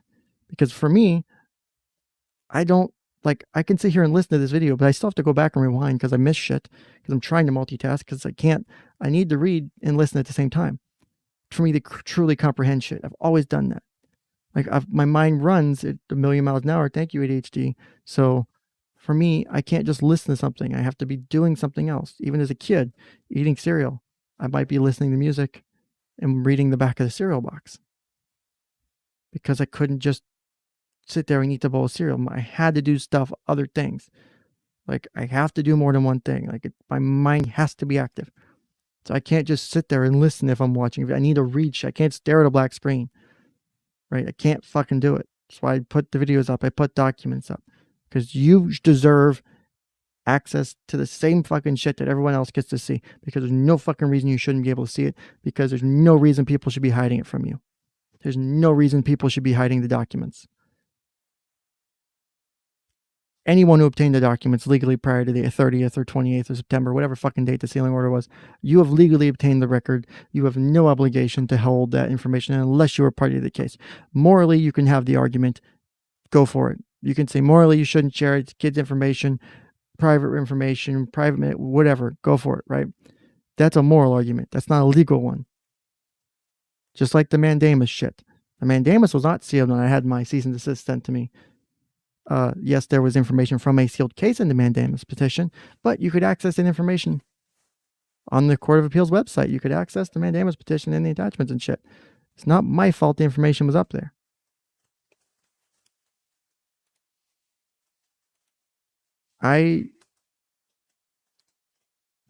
What's the way to put this?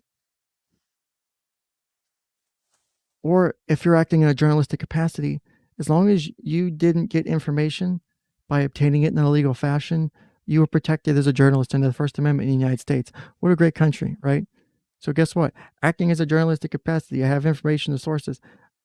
Not engaging in any, like, I protect my sources. My state has journalist shield laws and shit. Come at me, bro, right? You're not getting my sources. Good luck. I'm a journalist right now. Because guess what? I can do more than one thing. I could be a therapist in my daytime, and I can come do this as a fucking side hobby and be a journalist when I'm doing this, but still cite to my job. You can do both. It's not a fucking A or B thing. Like, you can do both, which apparently was an issue my boss had. You know, if the documents are out there, whether they've been released or not, legally or not, if they're out there, they're out there. Good luck trying to pull them down.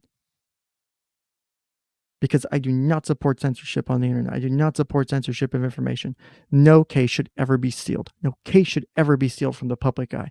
Because that's how the court can get away with fuckery. And they've shown again and again. And not necessarily in this case, but we have evidence of other cases in the past to show when the court seals shit, they will do fuckery. It's not fair to your rights as a citizen of this country. It's not fair to any party involved in the case. It's not fair, for example, this case, it's not fair to Kelly. It's not fair to Michael. It's not fair to Sophie to have the documents sealed and the information sealed. Because again, guess where all the information comes from? It comes from whisperers inside, and, oh, we've got this information. We got this information. We'll tell you about it. Or we'll, for example, I think it was CK who did it the day or two after I was fired. Read the mandamus petition because it's out there now. So because it was released by Michael. So it's out there, so I guess we can read it now, even though we had to go after someone who was apparently we're going to read it, and they were not listening to a cease and desist order. But it's okay if I read it because it's out there now, right? But I'm not going to show it to you because it's a sealed document. But I'm going to read it to you, and I'll give you a summary and opinion of the document. And I've read that document more than once. Their fucking summary of it was shit. Pardon my language. They did not fucking read that shit word for word. They did not give an accurate summary of that information, and they fucking lied. Why am I surprised? Why am I surprised? I'm not fucking surprised.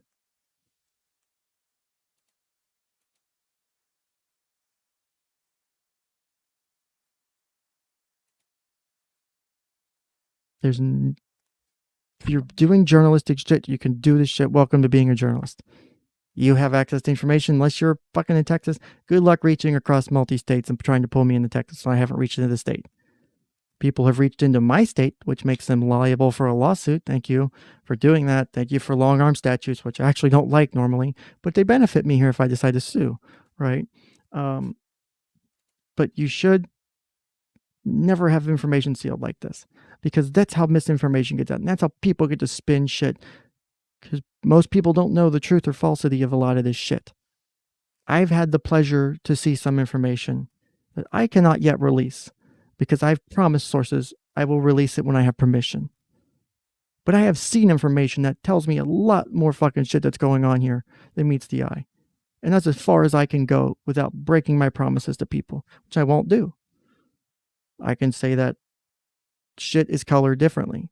There is shit out there that people haven't seen, and they deserve the right to see. People have bitched about Kelly's deposition being leaked, but not Michael's. That's not something I have control over, and I don't know if that's something whoever shared. Like, I would fucking be fine with Michael. I personally think Michael's deposition should be out there if it's available. You should get to read both of them. There's nothing fucking wrong with that. Just like the whole argument over Michael failing a psych exam. It's not fucking works. Number one, you don't know what you're talking about. You don't fail a psych exam. It's not a fucking pass-fail test. You go in through and you literally get a long fucking ass history of everything from the moment you were born until now. All the shit you've done in your life. It's like a 20-something page fucking report, basically. It's like a 15 to 25 page report, depending on how much shit you have in your background and whatever the fuck you're involved in. It says, here's all the shit about you. Here's your history. How's you growing up? How were your parents? Did they beat you? Were they nice to you? Did you have a fucking supporting, lovely family? How about your relationships? Tell me about your relationships. Like, all this shit goes into a psychological report. Because guess what? I had to have one done when I was in the military as part of my fucking health issues I had going on at the time. Because guess what? It happens, especially when you have mental health issues, right? When you have fucking depression. Because that's what I was dealing with at the time because of other shit that was going on. So I had one done. It was like 15 fucking pages, 20 fucking pages long. All this shit in there. You do different personality inventories, different shit like that. You can't fail a personality inventory. It's not like it's a pass-fail test. Like, well, I got to get a 73 on my personality test. That's not how it fucking works. It's this information will point to, well, you have you have multiple characteristics of, say, narcissistic personality disorder, antisocial personality disorder. You have behaviors that are characteristic of persons who may be potentially liable to self-harm themselves or harm others. And so that's a risky behavior. So we have to deal with, like, you do the fucking analysis, and it's like, here's this report results at the end. All this fucking 20 pages of shit gets summed up into like a page or less. It's like, here's all this shit. Here's my fucking summary of it. Here's all the things I think are good or bad. Here's ways to mitigate or address those problems. Or here's how it will impact whatever the fucking legal thing is going on. Welcome to a psychological report. It's not fucking pass-fail.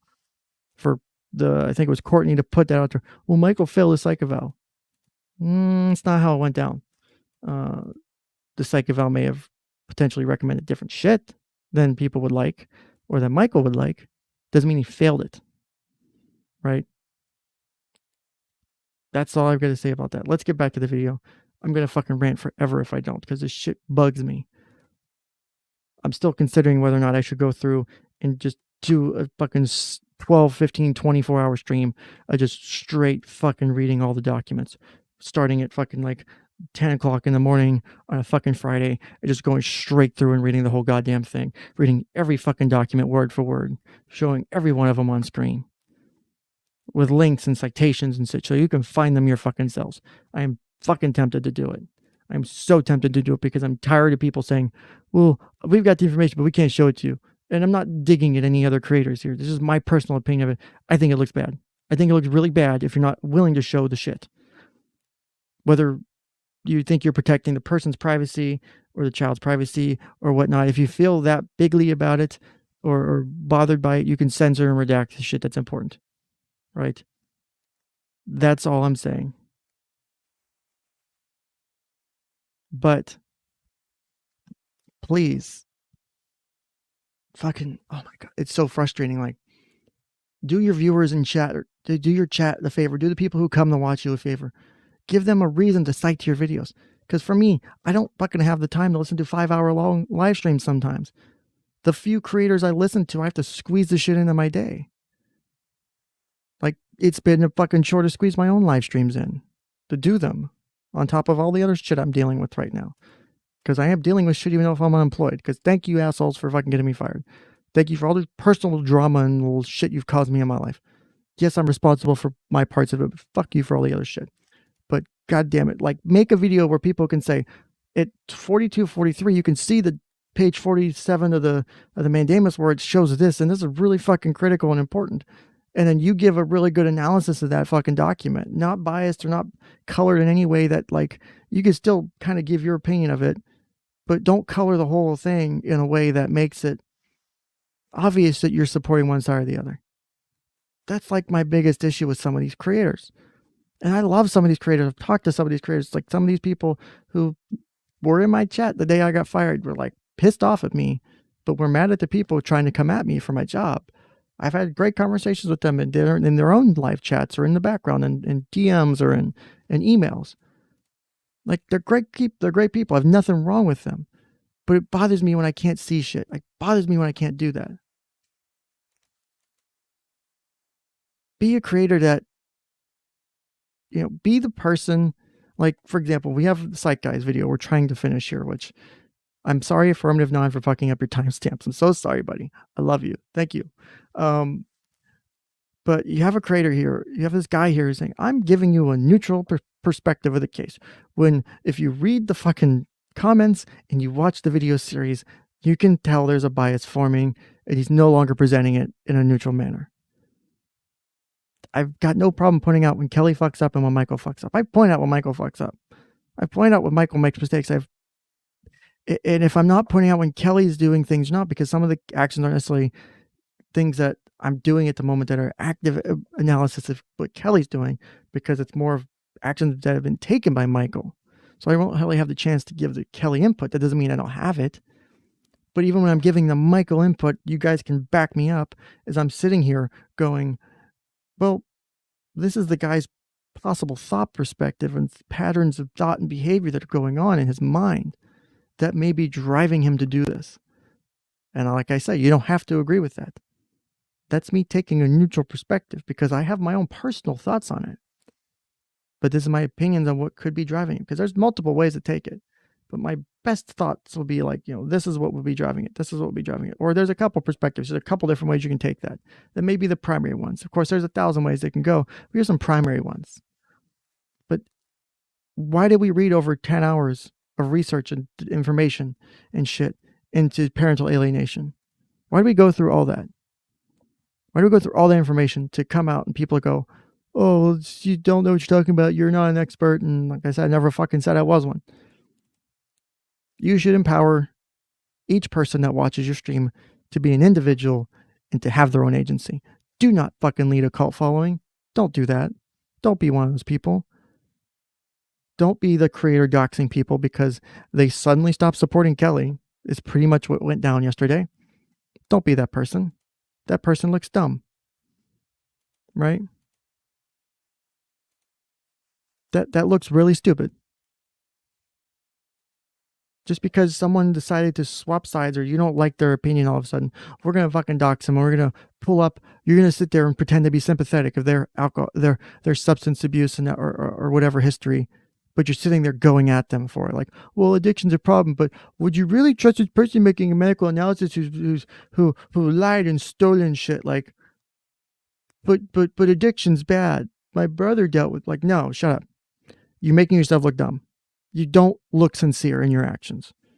If you're going to do that, at least try and show some fucking sincerity, because you don't. And you'll have to fucking come off and support Michael or Kelly, whatever side you're on, because guess what? There's people in my chat who are right now in my chat. There are people who support Kelly and there are people who support Michael and there are people who support neither. Congratulations. I have no problem with that. In fact, I'm happy that you do not make your personal decision on this based off of my decision on what I decide. I want you to make your own decision based off the information that's been properly provided to you. That's it. I don't have a problem with that. Like, I might be bitching about Psych Guy in the video. I might be bitching about the way he's behaving or the way he's acting or coloring shit.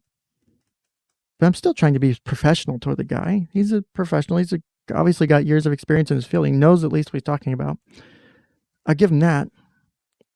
But that doesn't mean I can't critique his work, which I think I mentioned it yesterday. People went hard at me the other day when I did a hypothetical about Psych Guy potentially doing unethical behavior and reporting him to the board, because they legit came out and said, we're groupies, we're fans of Psych Guy, we love Psych Guy. That's great. You can like Psych Guy, but think about how you just colored your viewers and how you gave them a different taste of, anyone new who just came to you and discovered you for whatever reason, or someone said, hey, check out this creator, they're doing a live stream. Maybe they don't leave their shit up, or maybe they take down some videos, but this is a cool stream. We're talking about something relevant or new today. That new person now hears that and they go, well, what the fuck? Why are they so fucking strongly supporting this? Like, I don't expect any one of you guys to strongly support me for any reason. I don't think you should come here. If you're watching me, I don't expect anyone here to support me. Just based off the fact you're watching, period. You shouldn't. I have to earn that. I have to earn your support. I have to earn your like. I have to earn your follow. That's my duty as a creator on YouTube. It's my duty to have that available to you. You should have that position in deciding whether or not, just because you're watching, you don't have to agree with me. I like dissent. I like people telling me I'm wrong, because I don't want to come out and be like, I'm right all the time and look like a fucking asshole at the end of the day. I would rather you guys come in. I would rather someone come in the chat and go, Ken, you're fucking wrong. Here's the information to prove it. I can cite to the sources. Here's the actual receipts I'm fucking dropping. And then I'll go, fuck, I'm so fucking, I feel like a dumbass because I was out here going like this. Just like I asked for, if I'm wrong about the potential for Michael losing his parental rights before the allegations were filed in July of 2020. If anyone has that information, please fucking share it. Because as of my understanding, that doesn't exist. And so people are using that to misconstrue the facts of the case. I will happily say I was wrong on that if someone cites me the source. That's all I've asked.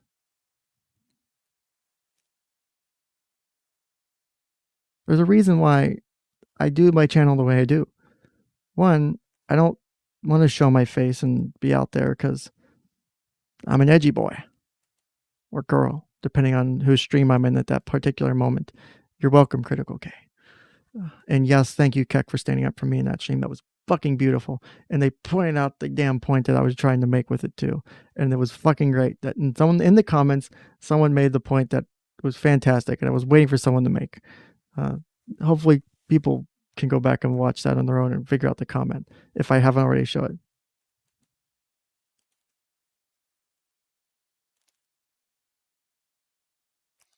He didn't necessarily lose. So when you lose rights to child, so there's a process to actually lose your rights as a parent, right? You can lose access to custody or parenting time. It's a little different.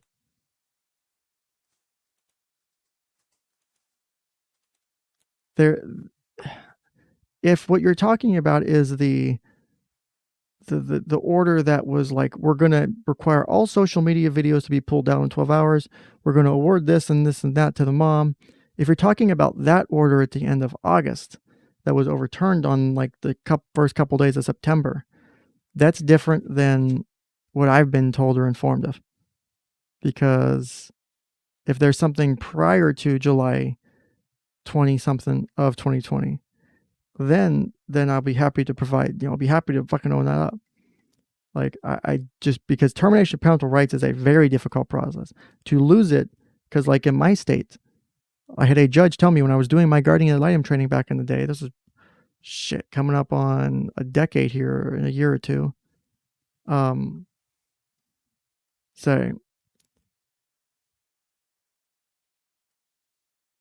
The judge literally said, parents in this state have a property right to their children. You have to follow the same level of process and in-depth shit that, you have to follow the same level of shit and in-depth process as you would do to take away someone's property, to take away their children. And it should be that way. It should be difficult. It should be very fucking hard, even though it makes it really difficult to help abused children and shit. Which, trust me, I struggle with the fucking moral dilemma there. We should never be willingly taking away kids that easily. Just like I'm sure in Texas, the process is probably similar. Termination of parental rights is a process. It's not like something that happens overnight. It's a hearing. There's a trial and shit. Like, that's detailed. You would see motions and shit filed about it. It wouldn't just show up and the judge make an order that day and say, your parental rights are gone. Good luck getting them back. That shit shouldn't be happening. If that did happen, then something definitely was not right. Now, Ivan, if you're talking about the recent thing with the judge wanting the court ordering Michael to be away from the kids for 90 days so Sophie can go through therapy while with the aunt to deal with parental alienation, that's something newer. I have yet to see anything older that cites and sources to that info itself. That's the only thing. Okay. But if you have a document, or if you can cite to title or motion, that'd be great. I have not found anything like that. If someone can provide me that, that'd be great. But let's definitely continue the video before I go off on another rant. So, because God knows I can't focus. It's just not matching up to someone who was severely ganged up by 4 guys and also allegedly victimized by mom's boyfriend. You would have expected to see more signs of medical, psychological, and or sociological regression, of which doesn't appear to be happening, at least from what we're seeing thus far. Besides, by now, if there was confirmation of ABU, there by now would have been something in this oh my God, spell it right. case. Jesus Christ, dude. Police reports, medical proof, leaked out documented hospital records, something of any suspected abuse. And there would have been already a reversal of custody by now at this stage of the game. Oh, and speaking of hospitals, why didn't the dad pull aside the doctor that night when he was there, when they were there, right? And, the girl got, Sophie got her ankle taped up. He could have easily, pull the doctor aside, informed him or her that he was gravely concerned for his daughter's overall well-being, and, informed the doctor that, he believes, after she disclosed that, she's been, 𝐂𝐨𝐮𝐬𝐞𝐥𝐢𝐬 at the hands of the mother's boyfriend, allegedly. And the doctor, and had the doctor wear a discharge, Hold on a second. What was? Disclosed that, she's been, 𝐂𝐴BUSC at the hands of the mother's boyfriend, allegedly. And the doctor, Okay. Oh God damn it! doctor, and had the doctor wear a discharge, the girl that night from the hospital, she would very well likely to go back that night to the environment for a continuation, if not more likely a retaliation for all of what has happened of further ABUSC, right? I know if I were the doctor that night in the ER and say the dad did that, inform me of all this, I would not have discharged her had I heard that story, even if I didn't know if it were true or not. I would focus on safety and would have admitted her to the floor, general medical floor, allowing the primary team to sort it all out the next morning. See, that's actually not a bad take. I'll give him that. But from that one hospital visit that everyone keeps quoting, that cites to the whole there was or wasn't STDs or whatever, they literally make the statement that because the alleged abuse took place more than 5 days ago, they couldn't do a 𝐂𝐮 exam and a kit because the abuse was 5 days ago or more. There's nothing really get there. There's a lot of shit. Remember, you also have to remember kids too. Something recent is different than something like a week for a 9-year-old is a hell of a lot different than a week for an adult. Like a week as an adult, you're like, it's fucking Monday again.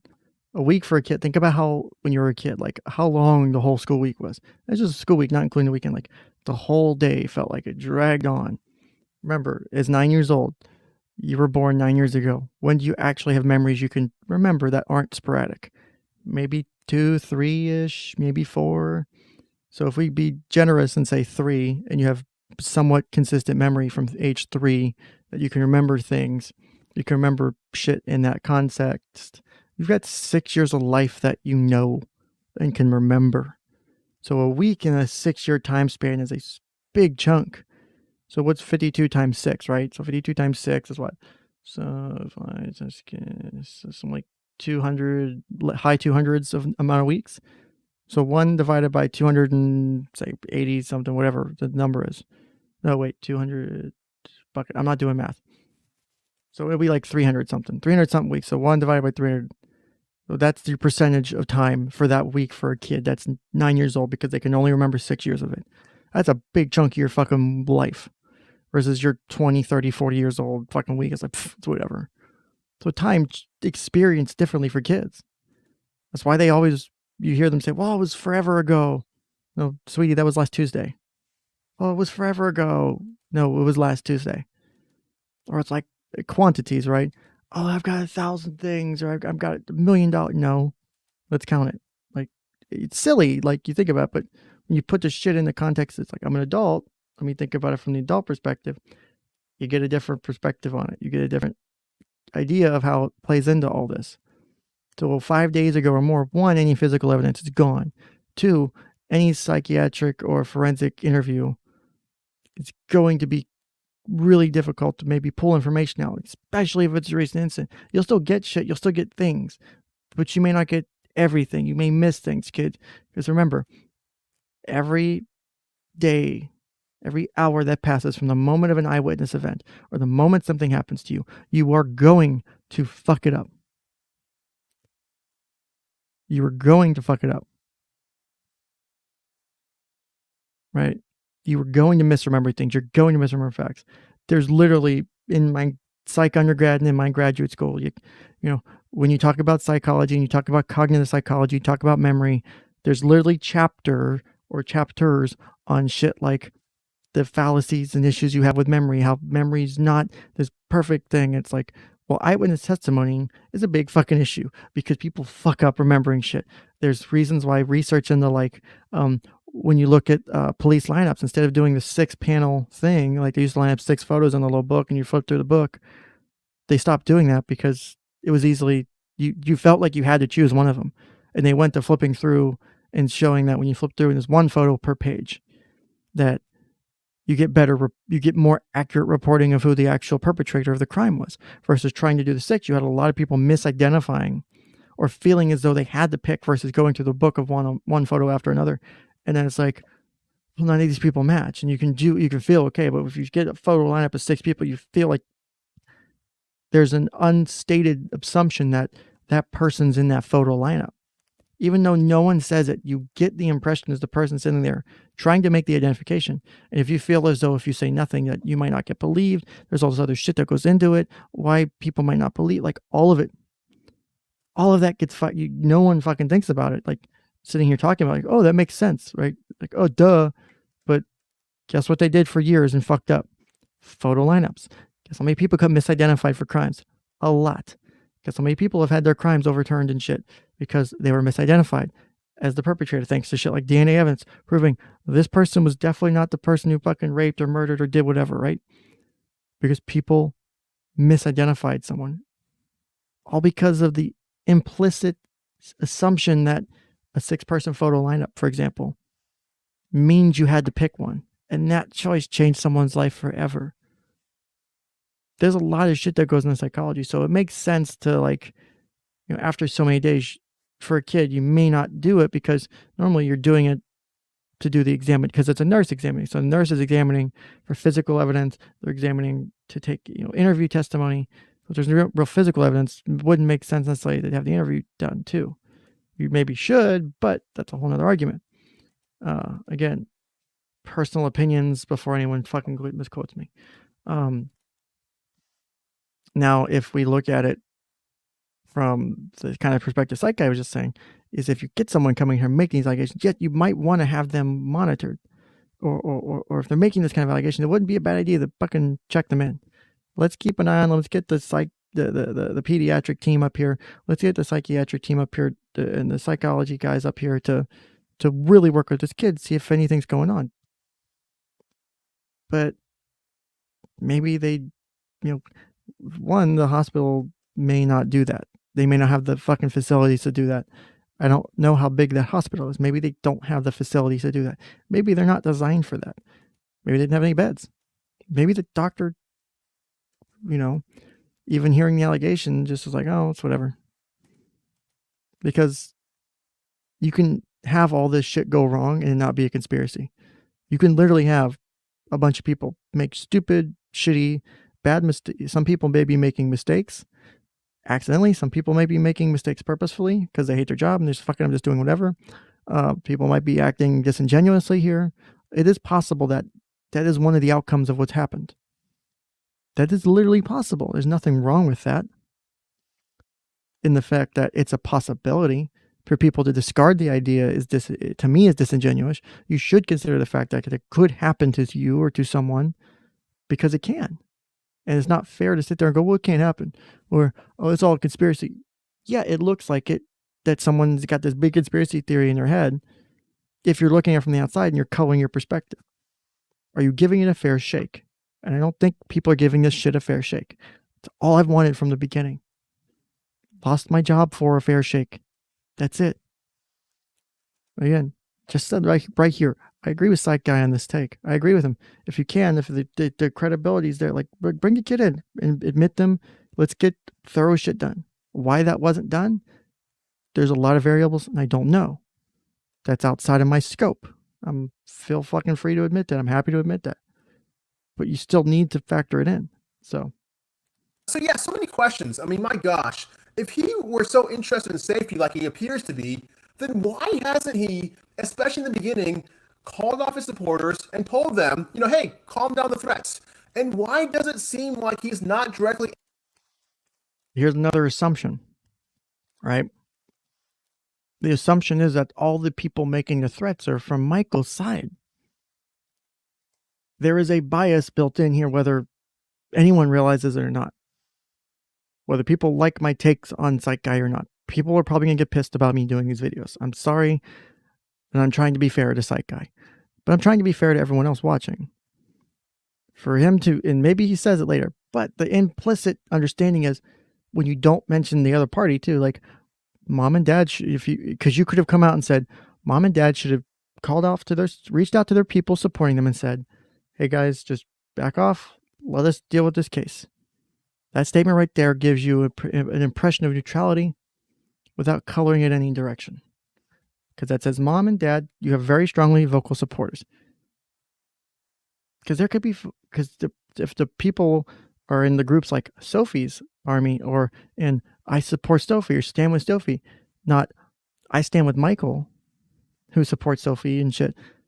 People may be in there in those groups with their beliefs, but still may want to help the kid, but still think dad's wrong or still think mom's wrong, and maybe taking their kind of stupid actions to call and make threats and shit, right? It's pretty stupid to me. I wouldn't do it. It's not my cup of tea, right? I would fucking not do that. Call them off, and say, hey, chill out, calm down. We're dealing with this in the court. Leave us be. Now, I know people in chat, Evil Bunny's already beat me to it. You can't control the internet. You can ask nicely, like if shit was going on, like I've said, and people have been doxxed or whatever after my firing. It's not something I support. Not a huge fan of doxing. It's not my thing. But I can't tell the internet to stop. If I tell the people who are doxing to stop, guess what happens and gets worse? The doxing gets worse. I could say, I don't support that. I'm not a fan of it. I can't control these people. But people will twist that into saying, well, you won't say, I disavow and, do you mean you're supporting implicit? No, it's not how it works. Everyone who is participating in this has their own agency. Everyone here is an individual. I don't have the control of the puppet strings of everyone who watches me. Just like Michael does not have control of the puppet strings of everyone who followed him and his daughter. Same for Kelly. We're not puppeteers here. We don't have that ability. You can ask. You really can't demand. Because when you make demands of shit like that, hashtag not your personal army, for anyone who's familiar with the internet, who's been around for a while. So let's continue. Answer any questions to him like in these interviews, but instead allowing for others to speak for him, i.e. the stepmom, the YouTube interviewers, especially one, just the others to speak for him, almost as if he doesn't want to say anything that may potentially incriminate him. That's just the impression I got, the impression I'm getting. And I feel bad because I know he's in the middle of a heated custody battle, but why doesn't he just do what mom is doing and stay silent? And why is he mostly focused on the girl instead of the other two boys? If he's worried about abuse with the girl, don't you think he would be worried about the other two boys also? I'll be completely honest with you. This to me is a bit of a logical fallacy in a way, and I can't cite to which one off the top of my head. Is you make the assumption that just because we focus strongly on the safety of Sophie, that we don't care about the other children. I'd never have gotten that impression, right? I have never gotten that impression. I feel like he does care, but I think if you have to balance and I've said this, and I've had arguments with people in chats and stuff. I had an argument with someone in Nick's chat last night, which went from this case to then arguing about the World Trade Center and building construction and fire science, which this guy didn't fucking understand at all. It was driving me up the fucking wall. Anyway, you know, yet maybe that's what it is, but it gives you, like, you have to have that choice. Like, if you really cared, you would be doing this too. Like, but again, a person who feels backed into a corner, who's making decisions that can appear rational because they have no feeling like they have any other option, or they've been able to deduce through whatever information they have that maybe we don't, that, okay, we have a child who may have been abused, but it seems like the abuse is only targeted at one specific party or one specific gender or sex, right? Maybe maybe the alleged abuser only prefers female victims, and there's no concern about the safety as strongly. And as much as I hate to say you're triaging here, you may have to triage your children's safety. If you put the female child back in the custody where there's access to the perpetrator and the victim being able to be alone together, and the perpetrations seem to be against one specific person or one specific gender or one specific party or one specific group of people, that's different than if it's being done to all. Or maybe this person doesn't have a particular choice of gender for who they offend against, but they chose not to offend against these two. Again, we don't know. There's multiple ways to interpret that, but the assumption that you can kind of make from that, kind of looking at the, kind of pulling back a bit, is that the judgment was made that it's unlikely that this person, who is possibly the abuser, is offending against my sons, right? That could be the statement or the thought process. It's likely he's only hurting my daughter. My daughter's safety is a higher priority at this moment because she is likely to be harmed if she goes near him again.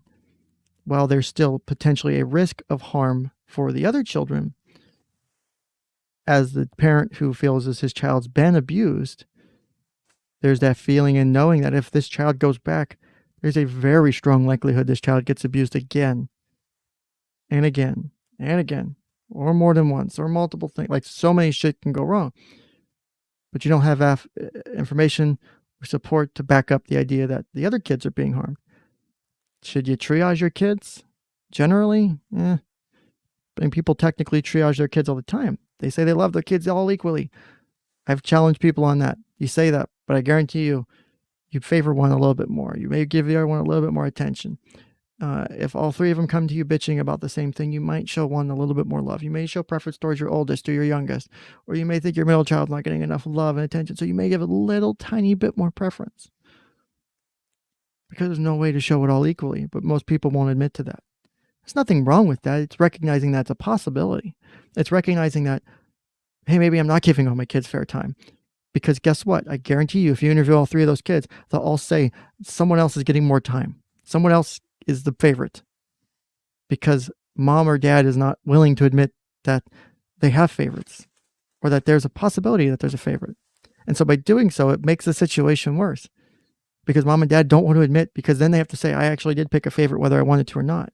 Or I did make a conscious choice and I feel fucking like shit about it.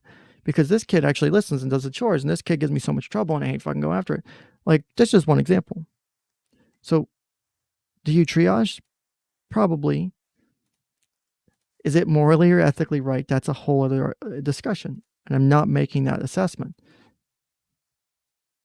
What I'm concerned about is making the statement that if you cared about your kids, why don't you care about your sons? Again, I don't see this. I think if you're making a list of decisions, and you can only make so many decisions, you only have so many moves on the board, you have to make very, very specific moves to get to your game, to get to, if you're playing chess, you have so many moves to make if you want to try and win. If you want to get the checkmate, how do I do that to get the checkmate? How do I do that to win without risking myself or losing? Because you definitely don't want to lose right now. There's a game you cannot lose if you're worried about your child being. You do not want to lose that game. So how do you win that game? And I'm not saying it's a game like, oh, haha, this is fun. No, it's a strategy thing. Before fucking someone says, oh, Ken said it was a game. It's not what I fucking said. Shut up. You have to put you have a limited list of moves. What moves can I make that give me the best outcome? I know it's potentially unlikely my two boys are going to get abused. It could happen. I'm risking it. And I'm going to probably feel like shit if it does happen. But I know in my deepest of my hearts as a dad, if I put my kids back, they're going to get abused. If I put my daughter back, she's going to get abused. So you make the rational or irrational choice, depending how you view it, that you have to, do something about it. You have to make that choice. You got to do something about it. You have to make that choice. You have to do it whether you want to or not. How do I do it without risking everything? How do I do it without burning all of this shit? How do I not ruin all this shit? All this hard work, I put everything on the line to give my daughter a voice. How do I not fuck it up? How do you do it? It's a big question, right? So what's the next step?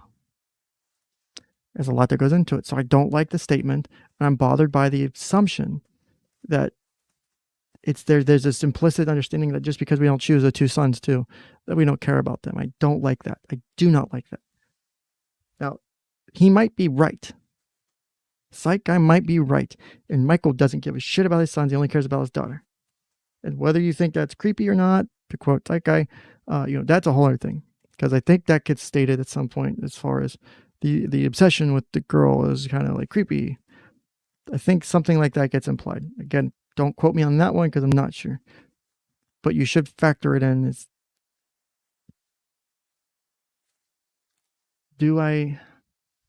How do I do this to make sure my child and my other kids get the best outcome?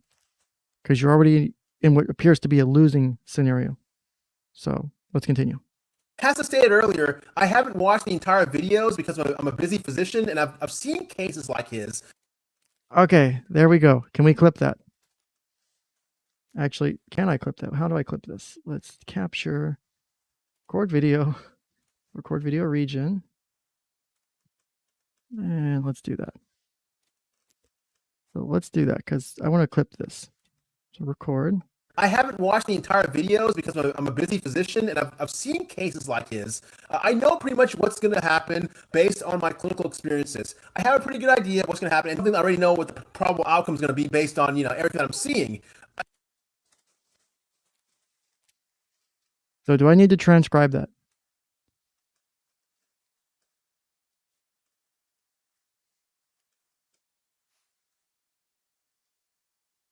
Oh, God damn it. My recording didn't capture it properly. Okay, that's stupid. So it was around, what, 20... I know pretty much... 24:53. So I will clip that out later. Let me put that in my notes.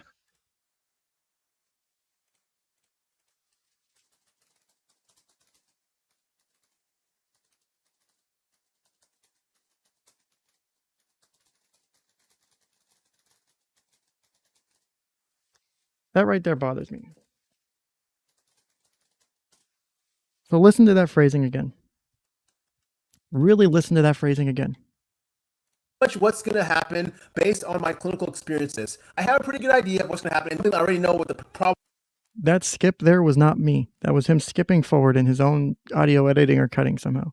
I don't know if that was intentional or not, but there was a skip ahead. That was not me or my audio. That was on his end. I don't know why it skipped. But you can hear a skip and a change of speed in the voice. Maybe he had to make an edit about what he said. I don't know. But that wasn't me because people have been bitching about my audio. It's not my audio. Probable outcome is going to be based on everything I'm seeing. And again, in these two interviews, there was a lot of deflection, a lot of his trying to appeal and instill universality. So we'll go back and we'll listen to it one more time. So let's do this again. So it really starts around 24:53, but we'll start around 24:50. I'm a busy physician, and I've seen cases like his. I know pretty much what's going to happen based on my clinical experiences. I have a pretty good idea of what's going to happen, and I already know what the probable outcome is going to be. I guess let me go back further. Boys, if he's worried about Let's do this one more time. ABS with the girl, don't you think he would be worried about the other two boys also? I'll be completely honest with you. As I stated earlier, I haven't watched the entire videos because I'm a busy physician, and I've seen cases like his. I know pretty much what's going to happen based on my clinical experiences. I have a pretty good idea of what's going to happen, and I already know what the probable outcome is going to be based on everything that I'm seeing. And again, in these two interviews, there was a lot of deflection, a lot of his trying to appeal and instill universality to the viewers, and a lot of blaming as if he were the victim. Who hasn't been a victim before? There seems to be this tactic of possibly his blasting her images all over, just pictures all over, without censoring her face. And could this be because of his intentionally doing this on purpose, just to touch the inner nerve of the viewer? If his main sole purpose is that GoFundMe, then I think we all can agree that the more emotions are invoked, the more personal it becomes. Then yeah, the more successful the GoFundMe campaign would be, right? And through the vivid images, the vivid imagery of tears on a live, beautiful young girl, instead of the images of a blobbed out, doctored, pixeled, blurred out, you're not going to get that sort of initial emotional reaction and hence attachment. You're not going to get that same cathartic response, right? Hence, the GoFundMe is not going to be as successful. Yeah, I heard that there are now more and more pictures of her, being put out, almost as if they're, should be like a rekindling, as if this news story is getting stale now. So let's just go ahead and throw more logs onto the fire to keep the fire burning. Actually, I believe I may be wrong. But I believe that he's also thrown out pictures of when she was younger, which to me could be a desperate attempt, if it's true, the younger pictures, a desperate attempt at wanting to pull harder at the heartstrings of potential donors. So real quick, let me answer this person in chat, 𝐂𝐨𝐿. My understanding is that he was deposed, obviously, but that there was a misunderstanding about the way that the deposition transcript was, the way that the deposition transcript would be provided to him, and because of that miscommunication, that it wasn't properly set up, that he got a copy. I think this has something to do with that. I don't know if I'm right on that. Again, I could be wrong, but that's my understanding.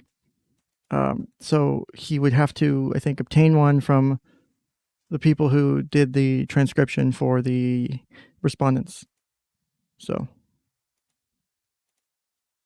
because I think he was pro se at the time when that happened. So if he was pro se at the time when the deposition happened, then his previous lawyer wouldn't have it. So that's my understanding.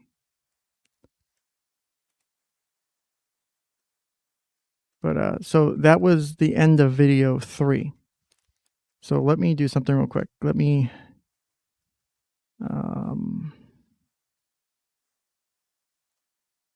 make sure there's nothing.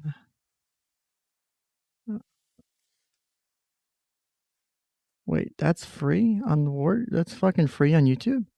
What? Is it because oh, that's sick. Dude, that's that makes me so happy. War Games is free on YouTube right now. I guess maybe if you're a YouTube Prime, or not YouTube Prime, a YouTube Red or whatever subscriber, it's free. Like, I have the full movie sitting right in front of me. I fucking love that movie. Shall we play a game? Anyway, let's pull up some comments from Psych Guy. So let me do this. Okay, that doesn't help. Oh, better. One more. There we go. Perfect. That sucks. So author. Here we go. So we're back on here. So just to show you, we're still on the same video. So still the Psych Guy video. So not Sophie's choice. Psychiatrist analyzes it. Stop profiting off the poor kid. Episode or video 3 of 4. Prepare 𝐂𝐨𝐿, Psych Guy. All that fun shit. YouTube comment search. Yay, love YouTube comment search. So I've loaded up the comments in the live chat replay, and I've clicked on the author button, which shows you all the comments made by the author. You can also see anyone who's made timestamps, who cited the timestamps. You can go to their videos. You can go to their comments and click on their timestamps. You can also click on likes. And so I think show comments, replies by number of likes. So you can sort by likes. You can show comments by number of replies, sort largest to smallest. Show comments, replies to chats from channel members, and show chat comments from users who have donated. So I think if they did super chats or something like that, which if he disabled monetization, there shouldn't be any. So actually, okay, yeah, so there was none. Okay, so here is some of the comments if we want to go through these real quick. So from my information, Boastreef, is I have different information from a reliable source that says differently. I'm not saying you're wrong. I'm just saying it's the source I'm having says at the point of the deposition he was pro se. Maybe lawyers switched hands on and off at that time. I don't know. Real quick, I'm going to end this poll from earlier because it's bothering me to sit up here because the little thing keeps ticking because I have the live chat open in a separate window. So most people voted to add more weekly live streams, which, okay, I'm cool with that. If that's what people want, I can see if I can do that. Let's see. All right, so here's some of the comments. So you can click on this and it'll pull up the comment that he is replying to. So someone said, you're profiting off this girl, and so is everyone posting these videos. So sick, people. Psych Guy says, I am not, hold on. I'm not, God, why can't, I'm not profiting off the girl. All my videos related to this case are non-monetized because I purposely demonetized it. Notice how there are no ads. Please think before you blindly make a comment like that. Or think maybe you have the wrong content creator you're mixed up with. Thanks. All right, so next one. Tony Isaacs again. So where you get your info? Oh, he did that in the beginning with a doctor saying the mom boyfriend tested for the same STD. Little girl had no money, has spent for anything other than a lawyer, doctor, not one. Okay, so the guy's a little incoherent. I'll give him that. So Psych Guy's response is, yeah, because the dad never set up a GoFundMe account. You were correct. And not one, quote, red cent went to him. And your logic is correct because retainer fees cost $200,000 plus in custody cases like this across the country. So the dad and the girlfriend did not profit off of people like you because it all went to legal counsel. With the rolling, like, am I misunderstanding this comment? Like, is this condescension here? Or is he like saying, oh, $200,000 would go to retainer in the court? Like, is he being sarcastic? Is that the impression I'm getting? Or is he being sincere here? Because I'm getting both reads. I'm getting both reads. Listen, Boastreef, trust, of all the documents I could have obtained, I would have seen the deposition if it was in that list of documents because my sources are very good. Let's just say that. So, and I've got, like I said, multiple sources across the spectrum. So if that does come out, people will know about it. I figured it was a sarcasm because I could see it both ways. I could see him going, yeah, okay, maybe I was wrong. Maybe a good point. Or him going, well, no, there's no way $200,000 can go to retainer. Like, dude, you've not, I know people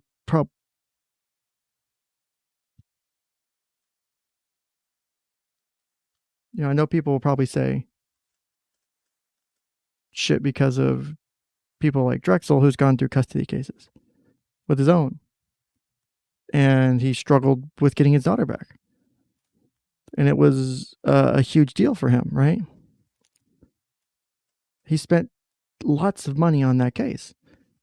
It's a very common occurrence. It's not uncommon. So I'm assuming at this point,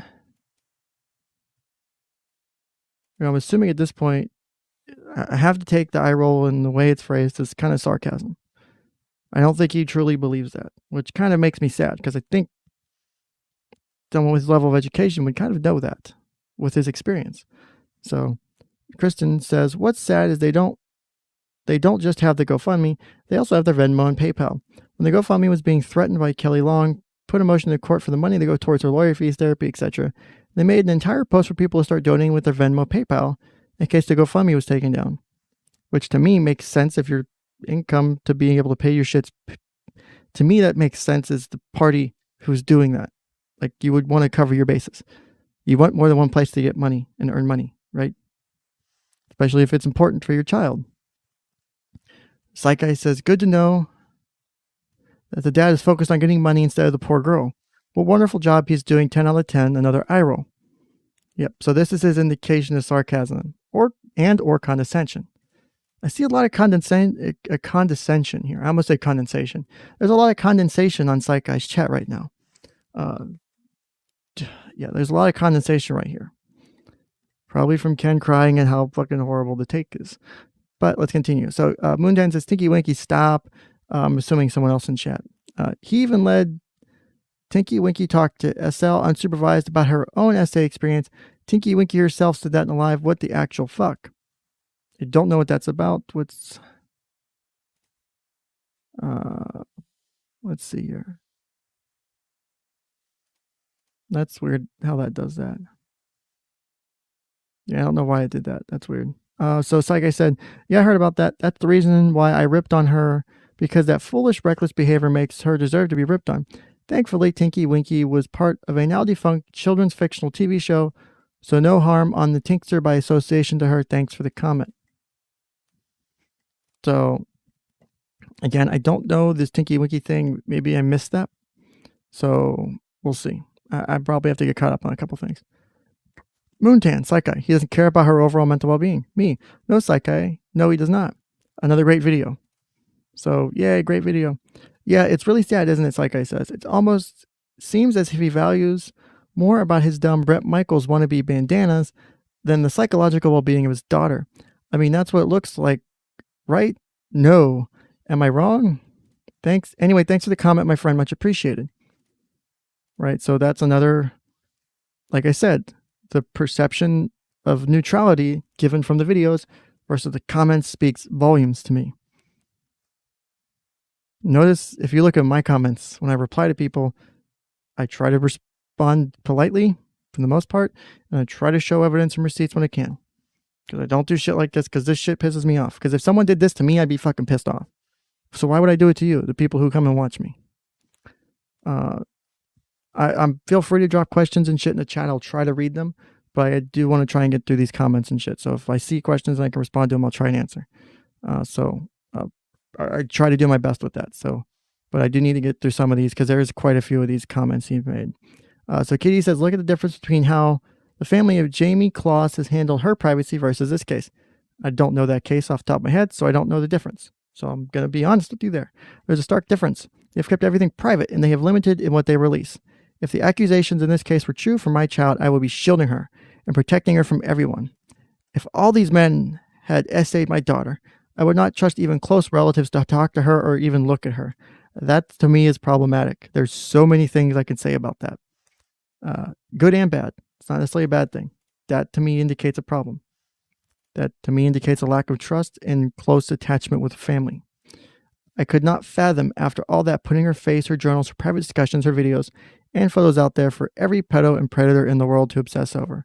Spoiler alert, there is probably way better and more interesting, and I say better because it's awful to even think it, way different and probably more interesting for them to seek out than this shit.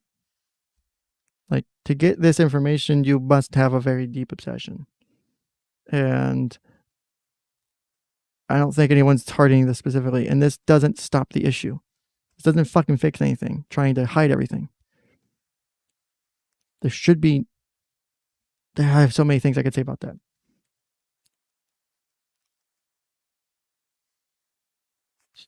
Let's see here.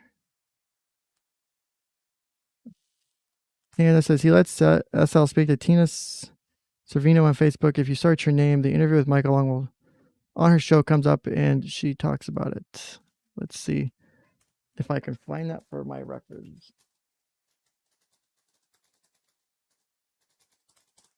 Because guess what I'll do is I'll probably watch this shit at some point.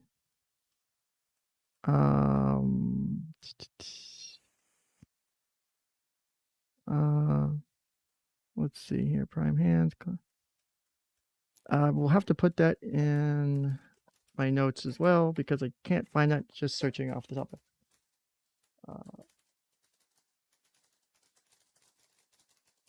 Okay, so that's now in my notes, and I'll check that out later too. So thank you for that information. See, I'm taking notes because you guys are teaching me. Look, it's called cooperation and collaboration. Let's see here. Now, I can understand why a parent would choose protection over privacy like this person is. I get it. It's about whether you agree with it, whether you support that, whether you think your child should give up their privacy or not to help get them access to help and care and to get them access to their due process in the court, which they should technically have, right? Let's see. Let's see here. The show is called The People's Truth. Okay. Let me copy pasta that into my show notes real quick. So I copy pasta. What the fuck did you say about me, you bitch? Okay. Oh, wrong copy pasta. Damn it. I'm not on 4chan. My bad. Anyway, Psych Guy says, wow, that's such a wonderful comparison that you just made there. Where were you when I needed to put together in a good analogy like that? Instead of here, I'm making jokes about a late 90s defunct children's television character. And you're so spot on. I would be protecting my child too if there was suspicion of ABU. I mean, I would. He spells it out in the comment section. Why is everyone afraid of saying sexual abuse? Why is it so hard to say sexual abuse? It bothers me. And this woman up here saying, I would not even trust close relatives to talk or even look at my daughter. That's not healthy. It would be understanding to be cautious, but to not even trust relatives? Like, I could get, like, if your third cousin, like, okay, fucking cousin asshole. Like, I don't like cousin asshole anyway. He fucking barely comes over. He only comes over for family reunions, and he never fucking pays his share for the fucking food, for the catering. Like, fuck cousin asshole. I get it. Makes sense, right? But your brother, your sister, or your mom, or you wouldn't trust any relative because you're so... Yes, your daughter had something horrible happen to them, but do you do her any favors by also isolating her from the people she loves and cares about too? Because that's what you do when you do shit like that as well. There's a positive and negative to every action you take. That's one of the negative actions you take. If you're so afraid of your child being around relatives, you've now isolated them from the people that they love and care about as well. You're isolating from the support system, which technically you see here with Michael. If he's keeping Sophie away and she can't talk to her siblings and can't talk to her other family members, it would be isolation. And if that is impacting her, then that's negative. It depends on how she's dealing with it, just like how her child and this commenter would deal with it. I mean, as far as whether someone fetishizes the case, that's the thing. You know, my issue with most of the people who are doing this discussion and doing these takes is they're not actually being fair to the situation. They're not being fair to the evidence for people in true crime. And I think someone mentioned this, and I'll give them credit. I'm not going to name their name because I don't like to name drop unless it's really important and helpful. But someone that has been supportive of me, they were recently called out yesterday by one of the people who was doxing. This other person, was saying, I am a true crime channel. I care about the evidence. It's not about picking sides. It's about reading and following the evidence, which to me makes perfect fucking sense. I would do the same. Why wouldn't you? Why would you choose anything else if you're literally following true crime? The whole purpose. So, whether or not, for example, people in chat right now are talking about fetishizing the case and the different people and the different creators possibly doing it. Whether you believe that person is fetishizing the case or not, that's up to you to make the decision. I'm not here to say that they are or not. Now, that can be your opinion, but by having that opinion, is it possible they have information that you are now going to automatically discard because you discredit them because maybe their obsession with the case is a little too strong? Can they be obsessed with the case, but still be doing things in a way that gives credit to the information and gives credit to the case? Because, I can have a discussion, and I have had discussions in other people's chats, the true crime people who've done this shit. And, yeah, we have different views and different takes on it, but we can do that respectfully, and we can do that in a healthy manner. That's fine. But as long as they can do that. If they're not able to do that and they're not presenting the information in a way that's to share and inform versus let me tell you why my side's better. Here's why you should support me and why this person's wrong. You know, if you're going to be fair, at least be fair both directions. If you're going to pick and bias against someone, bias against both parties. I've already said I don't fucking support either parent all the way on any of this. Both have made mistakes. Both have done things that they think is right in the support of their child. Some of those decisions are probably not the best. That doesn't mean that I'm supporting either parent. Doesn't mean I'm against either parent. But I can call them out on their shit if I see them doing shit. And I would hope that both parties, if they ever talk to me, would be like, okay, you did say I'm doing shit wrong. I respect your opinion for that, even though I disagree with it. That's all I ask of people, is to be able to do that. I can have people in my chat say, I don't like your opinion. I think you're dumb. I think you're an idiot. That's fine. But don't take shit to an extreme that doesn't do anything beneficial. Like I said, if the people who got me doxxed and fired really cared about children, really cared about helping people, they caused more harm by doing that than by anything that's happened in this case. There's more harm impacted, more lives impacted by that than the shit that's happened in this case. And I'm not trying to take away from the shit anyone in this case has felt. But if they truly cared, they would try to undo the mistakes they did, and they would own up to it.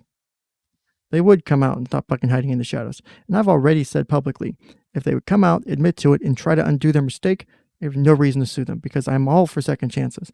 It's my fucking job. It's literally to help people with second chances. Because guess what? I've made plenty of fucking mistakes in my life, and I'm always trying to fucking improve on them. I am far from perfect. So if someone's willing to own up to their mistake, why should I punish them further for it? They're willing to try and undo the harm they did, even if they can't, even if they try. The effort is more important to me than anything else. Yeah, I could sue and spend months or years in court, but that doesn't matter to me. I want to see them walk out of this different, because no one else should have to suffer the same fate.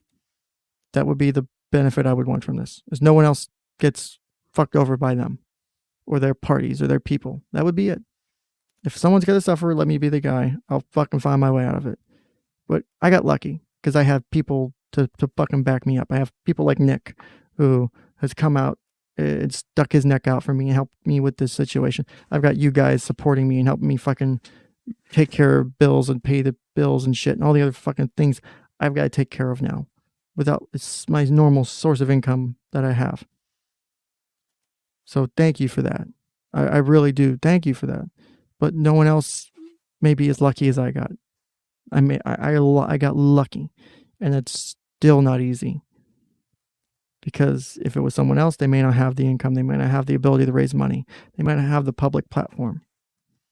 They may not have been lucky enough to get drummed up into other shit online and get drug in and talk about shit. And then out of nowhere, this shit happens when they're on their own channel after they start. Like, I got lucky. That's all it is. But no one else should suffer this fate. I'm fine with being the only person too. It sucks. I fucking hate it to death. Trust me, it's on my mind every second of the day. I'm trying to get better about that, but it does fucking bother me that it's on my mind all the time. So let's continue. So Hodgepodge says, as always, great video. Psych Guy says, all right on, thank you very much for your kind comment. Getting better at this also. Just watching an old video of mine about a year ago. I think I'm getting the hang of it. By the way, thanks again for being a long-term subscriber. Much appreciated. See you in the next vid. Ray J says, you were so right on. And I laughed so hard when you described the purple bow lady. Laughing, crying, emoji faces. There are so real weirdos coming out of the woodwork in this case, and Michael Long is encouraging it all. Psych Guy says, oh yeah, I was laughing when I thought about that too, but honestly, it was the first thing that popped into my head. And I guess with the dad, gotta someone continue to dupe people. A neutral perspective, giving my opinion, giving my professional, or giving my whatever his statements have been about this as it relates to that, right? Read this statement. I will fucking zoom in if I have to. Does this speak to neutrality?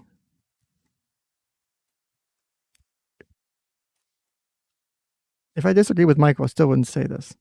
If I disagree with Mom, I wouldn't say, oh, she's some, she's got shills from some PR firm. Like, yes, a PR firm was hired. Yes, people from that PR firm have reached out to different people.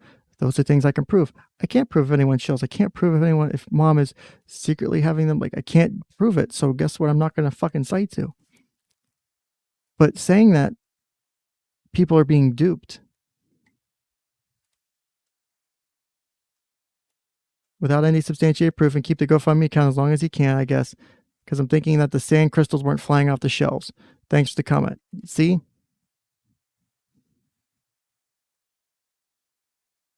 Because I'm thinking that the sand crystals weren't flying off the shelves.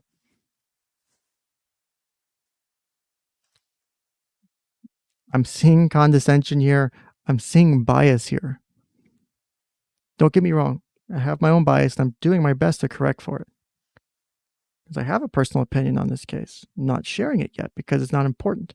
It's important is to point out facts and evidence and information. Say, I don't know what, I can't remember off the top of my head, but Uncivil Law keeps citing it when he's talking about the CK case that she's involved in. That's this tagline of her email. It's like, what, logic and plus rational thinking equals something. Like, for someone who fucking puts that as their signature, they don't show it. If anyone's showing that, I would hope it would be me. If, you know, let's see. Ivan the Great. What are we talking about? What word? Let's see. And real quick, James K says, I'm broke as shit, but I'm here for moral support and to call people fat. Hey, I'm pro First Amendment. If you want to do that, go nuts. If you feel that's the case, that's fine. Thank you for moral support. Don't feel obligated to have to financially contribute. No one should feel that. If you want to, great. If not, and if you want to help and you only have a limited amount of money, you can do the locals thing. I'm trying to figure out ways to help my local subscribers get access to, I'm trying to figure out the right content to do for my local subscribers or supporters. Because I don't know what special content to make for them or what special things to do for them. Do they want special live streams that's locals only live streams? Like we do like a 30 to an hour live stream that's invite only. You have to have your email private live stream kind of shit. It was just us. Discord, custom videos, user suggestions for content. Like I don't know the right thing and I'm still trying to narrow that down. But you can do that for $5 a month and get access to my locals. If you want to squeeze that out, you don't have to like super chat whenever, you don't have to tip me or do super chats. Hopefully when I get monetized, like you don't have to do that. Just watching, just sharing, just helping me grow. I have tripled in size since this started. I was barely over 400 subs whenever this shit started. I'm over 1,300 subscribers now. I could not have imagined the growth. And yes, some of them are hate watchers. I know. It's fine. I don't care. That's fine.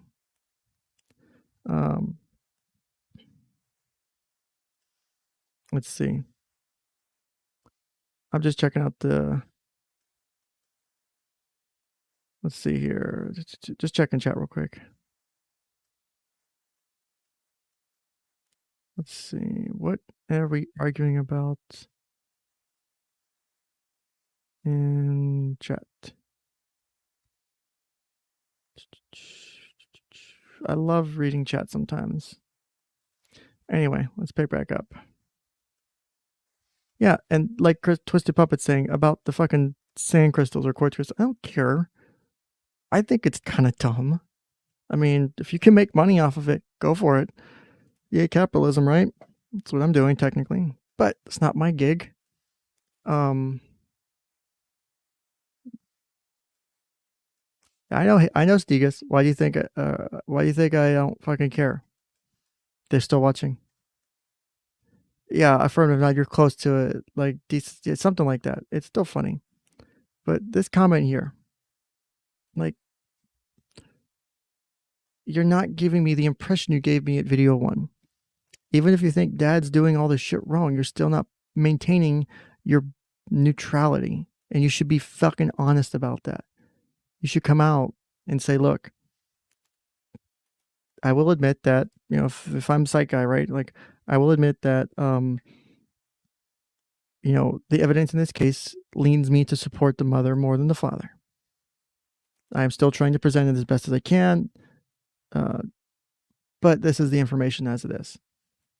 And I will try to adjust for my biases, or these are my biases. I'm letting you know ahead of time. You will see them in my videos. You will see them in my live streams. It takes 30 seconds, man. But I know personally that if you come out and say that instead of saying, well, I'm a neutral person, that people are going to not watch because you've chosen a side. You're no longer the neutral observer. You're no longer the expert that people can cite to and say, oh, this is a neutral party. They're not siding with either person. They're just presenting the facts. Well, this shit right here is not presenting the fucking facts, in my opinion. This is not presenting just fucking facts and presenting, analysis based off of your experience and shit and education. This is not that. This is personal. This is personal. This is beyond professional. This is no longer a professional analysis. This is personal. Because duping is not, that's a opinion. That's not a, that's like, can you prove he's duping? Can you prove that it's a lie? Just because the case, and just like we went over all the sexual abuse shit before, how only 15% of cases have physical evidence for sexual abuse. Only 15% of substantiated cases. Not all cases, of substantiated cases. So for cases where they said sexual abuse did occur, only 15% had physical forensic evidence. The other 85% relied on other types of evidence. So are you saying that those 85% of sexual abuse cases didn't happen? Those trials and those convictions weren't real? Because that's an argument, right? Is if there's no evidence, there's no physical evidence, it doesn't have to be physical evidence. But if you're dismissive of the other evidence, if you're dismissive of everything else, let's see. Oh, here we go. Here's an answer to my question. Porker says, why censor sexual abuse if you don't have ads? He says, oh, I don't know. Everyone else is doing it, so I'm just following. Truth be told, I don't know what I'm doing half the time on here. LOL. Thanks for the comment. Oh, dear Christ, help me. Oh, dear Theron Crystal God, help me. I want to make so many jokes right now. I want to make so many jokes and puns and shit right now. Oh, God, I can't. I can't. I'm not. I'm going to be nice and I'm not. Trust me. I make fucking mistakes and shit here, but that, I'm following. I'm just following. Everyone else is doing it, so I'm just following. Oh, my God. That could be twisted so many goddamn ways. I'm not going to do it because I'm a nice person. But God damn it, that can be twisted, man. Gotta watch your language, buddy. I'm trying to be nice. Barbara says, fight for my rights or Teletubbies' rights. You got my laughing so hard. Love it. Got a new follower. Psych Guy says, oh, awesome. Thank you very much for leaving in the channel. Trust me. We'll bring it hard vid in and vid out. I think you're going to love it and glad that I made you laugh. True story. I was literally laughing when I thought of that. But it was the first and last thing I thought about when I saw her video. LOL. Thanks again. So let's continue on with some more of these comments because there's a bit of them. Again, why censor sexual abuse if you don't have ads? Someone says, reply to that and says, it's like I realized it might also affect recommendations, algorithms. Tried to find some info on this, but no luck. Probably best to stay cautious. He says, great point, boss. You never know with these things. Thanks for looking out. And yes, I get it. Like Tim Pool does it. I know he's done. I've seen him do it, or people cite him doing shit like that where they censor shit and people won't say it out loud. But there's a difference for certain content versus others. Like this kind of information, if you're not going to monetize and you really want to be truthful to the information and to the facts, you will say it out loud. Why do you think I don't care? It probably hurts my reach. It probably hurts the amount of people who watch my streams. I don't care. Because to me, it takes away the level of pain that people felt when you fucking censor it. Like if I censor it, just like Psych Guy used the analogy, if I put up the pixelated picture of the kid, there's no emotional reaction. There's no buy-in to donating to the GoFundMe was the argument, right? Versus seeing a cute kid who's sad or happy. Like, it's different, right? Same for this, except instead of a kid, it's literally a whole concept and a whole subset of people who've dealt with it. And so when we censor it and we put up the little pixelated blocks, we make their pain and their suffering not as apparent. You make it not as big of a deal. And you take away that survivor's experience. You take away the things that person had to deal with. The hours and years and weeks of pain and suffering, physical, mental, all the trauma, all of it gets erased when we pixelate it, when we spell it out. We won't say it out loud. It's the same goddamn thing. No one should be hiding behind that. No one should be using reach and monetization as if it's it's something that's not a targeted thing like this, I would get. Like, oh, I'm reading a news story. Okay, it's a news story. I'm not invested in it. You're invested in this at this point. Admit it. We all are. To some degree, if you're doing content on this, I've done several streams on this shit at this point.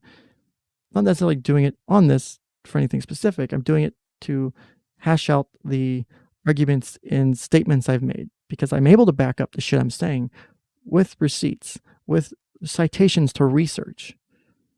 I'm not pulling shit out of my ass here and saying, look, I've got proof and evidence and let me read it to you. I'll summarize it for you. Like, I'm not fucking doing that because I personally think it's stupid. You apologize if it offends anybody because personally, just show the evidence. That's all I ask. Just fucking show it. Watch it. Watch it. Show it. Let everyone see it. There should be no reason to keep it from everyone. Leanne says, Tinky Winky, your commentary is awesome. Such a tragic story, though. Hearts with the long children today, may justice prevail and these kids be protected and safe. Yeah, that was the first thing that came to mind when I saw her, LOL. And yes, very tragic. And also hope the kids come out safe after all is said and done. Thank you for your kind comment. Okay, so nothing really fancy as far as that comment goes. So 𝐂𝐨𝐮𝐧𝐬𝐞𝐳. This is totally one of my alts, right? 10 months ago, I had no idea who the fuck this guy was. Yeah, because I should have come up with that name. Holy shit. Should we read this? God damn, this is long. Don't do it, chat. I know what you're going to do.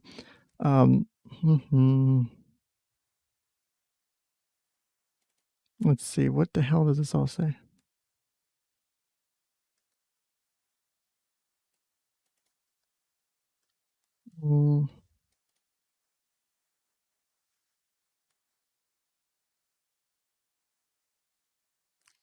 What the hell is this comment?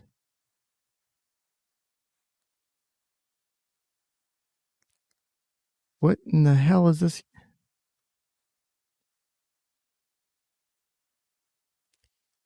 This is like something to do with the fucking...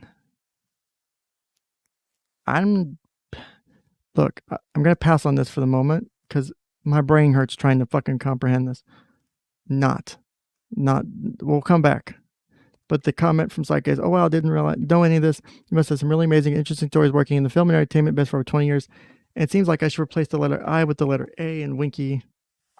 Wow. That's,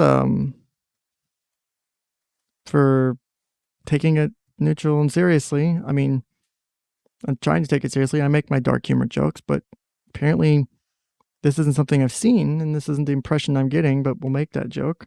Personally, don't care, but pointing out the consistency thing, right? Let's see here. Blessed mom. I'm glad that you got your money back. Okay, I'm guessing 𝐂𝐨𝐮𝐧𝐬𝐞𝐳 was commenting to someone. If GoFundMe finds out Friday's committed, they have insurance to refund the donation. This is common. I see people raising money for people on chats, then later having to see they were duped. It hurts the people who are really sick and need. I constantly say don't donate if you feel funny. It's always those who have so little to give. I help a person. So glad I got their back. Yes, I auditioned for famous Harvey Weinstein. I said, or Harvey Weinstein. I said, Harvey got to keep his manhood, and I got a great story to tell. Never messed with a Cajun woman. I had a gator skinny knife in my back pocket. Oh, that's a great story. I was okay.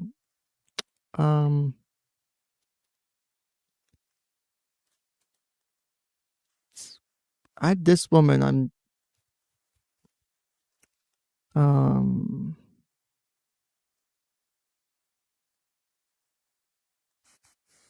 okay, I think he's mostly focusing on this woman's experiences and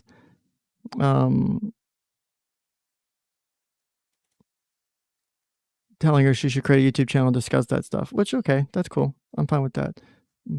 My voice is too hoarse at this point to go through all that. So let's continue. God damn it. Why is there so many fucking comments? Christy says, mom has insurance for the kiddos. He claims to GoFundMe, went to lawyers, 12 doctors in 2 months. Results all unfounded for SA, so sexual abuse. One doctor concerned for Crohn's disease, and that was what he was highly alarmed for, not essay, which he tried to claim.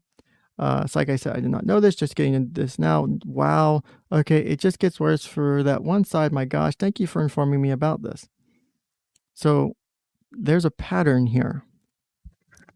There's a pattern of getting our sources and information from people in the comments. Now, maybe he's going and pulling this up behind the scenes. But if we're taking this as fact and we're taking this as the absolute truth, that bothers me. Now, people will tell me shit, and I'm going to go look it up. I'm going to find the information. Or if they're citing to something in a document, I'm going to go read the document. I'm going to go watch the long-ass video again. Like, trust me, don't necessarily want to, like, for example, watch a 5-hour Psych Guy live stream just because I would rather watch another live stream. But if I have to, I'll fucking do it to pull out the fucking 10 seconds I need for something, right? But, you know, this is consistent with the statements we've said in the past about, you know, we haven't read all the evidence. We haven't seen it all. We don't know it all, right? So there you go. That's the thing. Lauren says, looking like Tinky Winky, haha. It's like I says, yeah. That was the first thing I thought about. I saw no respect, but it was obvious. And she's fair game because I heard she disclosed her own past trauma to the girl, which in turn is dangerous and can psychologically impact any 10-year-old, let alone any younger, fragile, or traumatized individual. Thank you for the comment, my friend. So what is y'all's thoughts on this? So, and she's fair game because she disclosed her own past trauma to the girl, which in turn can be dangerous and psychologically impact any 10-year-old, let alone any younger, fragile, or traumatized individual. So do we think it's okay to discuss past traumas with a child if it's relevant, right? So whether or not you thought this was relevant or not, let's talk about the hypothetical. Adams, I fucking posted it on my YouTube community and sent it out, and I fucking sent it out the notification on locals. It should have went out. I don't know why you didn't get it. I'm so sorry, buddy. I hate that this shit doesn't notify people sometimes. I'm so sorry. So what do you guys think about this? Do you guys think that it's inappropriate for an adult to disclose their own trauma to another child if there's possibility of relevancy? Let's not just assume some stranger walking up on the street. You're talking, it's relevant to the discussion. Kid may have gone through her own abuse. Hey, I went through my own abuse too. Is a 10-year-old an appropriate age to discuss that? Do you agree or not? I mean, I have my thoughts on it. I mean, I would not be surprised if parents or relatives who've dealt with it, you know, I know it's common for girls to have those kind of discussions. Parents are very cautious about, hey, good touch, bad touch, you know, these kind of things. As they get older, you know, if they may have gone through their own thing, or if they know moms went through it, or they know dads went through it, or their sibling went through it, or an older sibling went through it, you know, can you tell me what happened? You know, it gets shared. So, I mean, whether or not you think that's inappropriate in the context is its own separate analysis than this. So it can be good, it can be bad.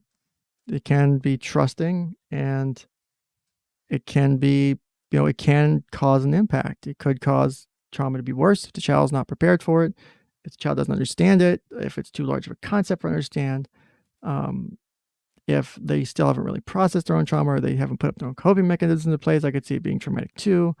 Again, you can swing both directions on that. It can be negative, it can be positive. I don't know if this, you know, assumption that, you know, it seems like he's giving the implication that it's negative for anyone.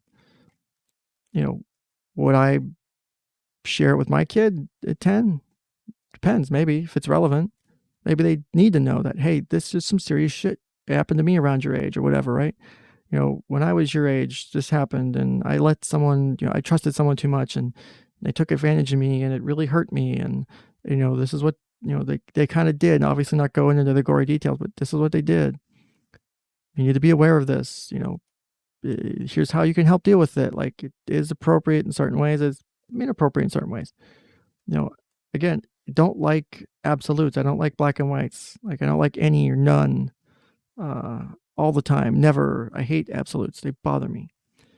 So Christy says, 𝐂𝐨𝐿, oh my God, I love it. You, sir, are amazing. But seriously, videos are great. I appreciate your perspective. Psych Guy says, hey, no problemo. Love doing these vids. Just wish I had more time to do that. And thank you so much for the kind words. It really means a lot. Take care, friend. Kind of neutral.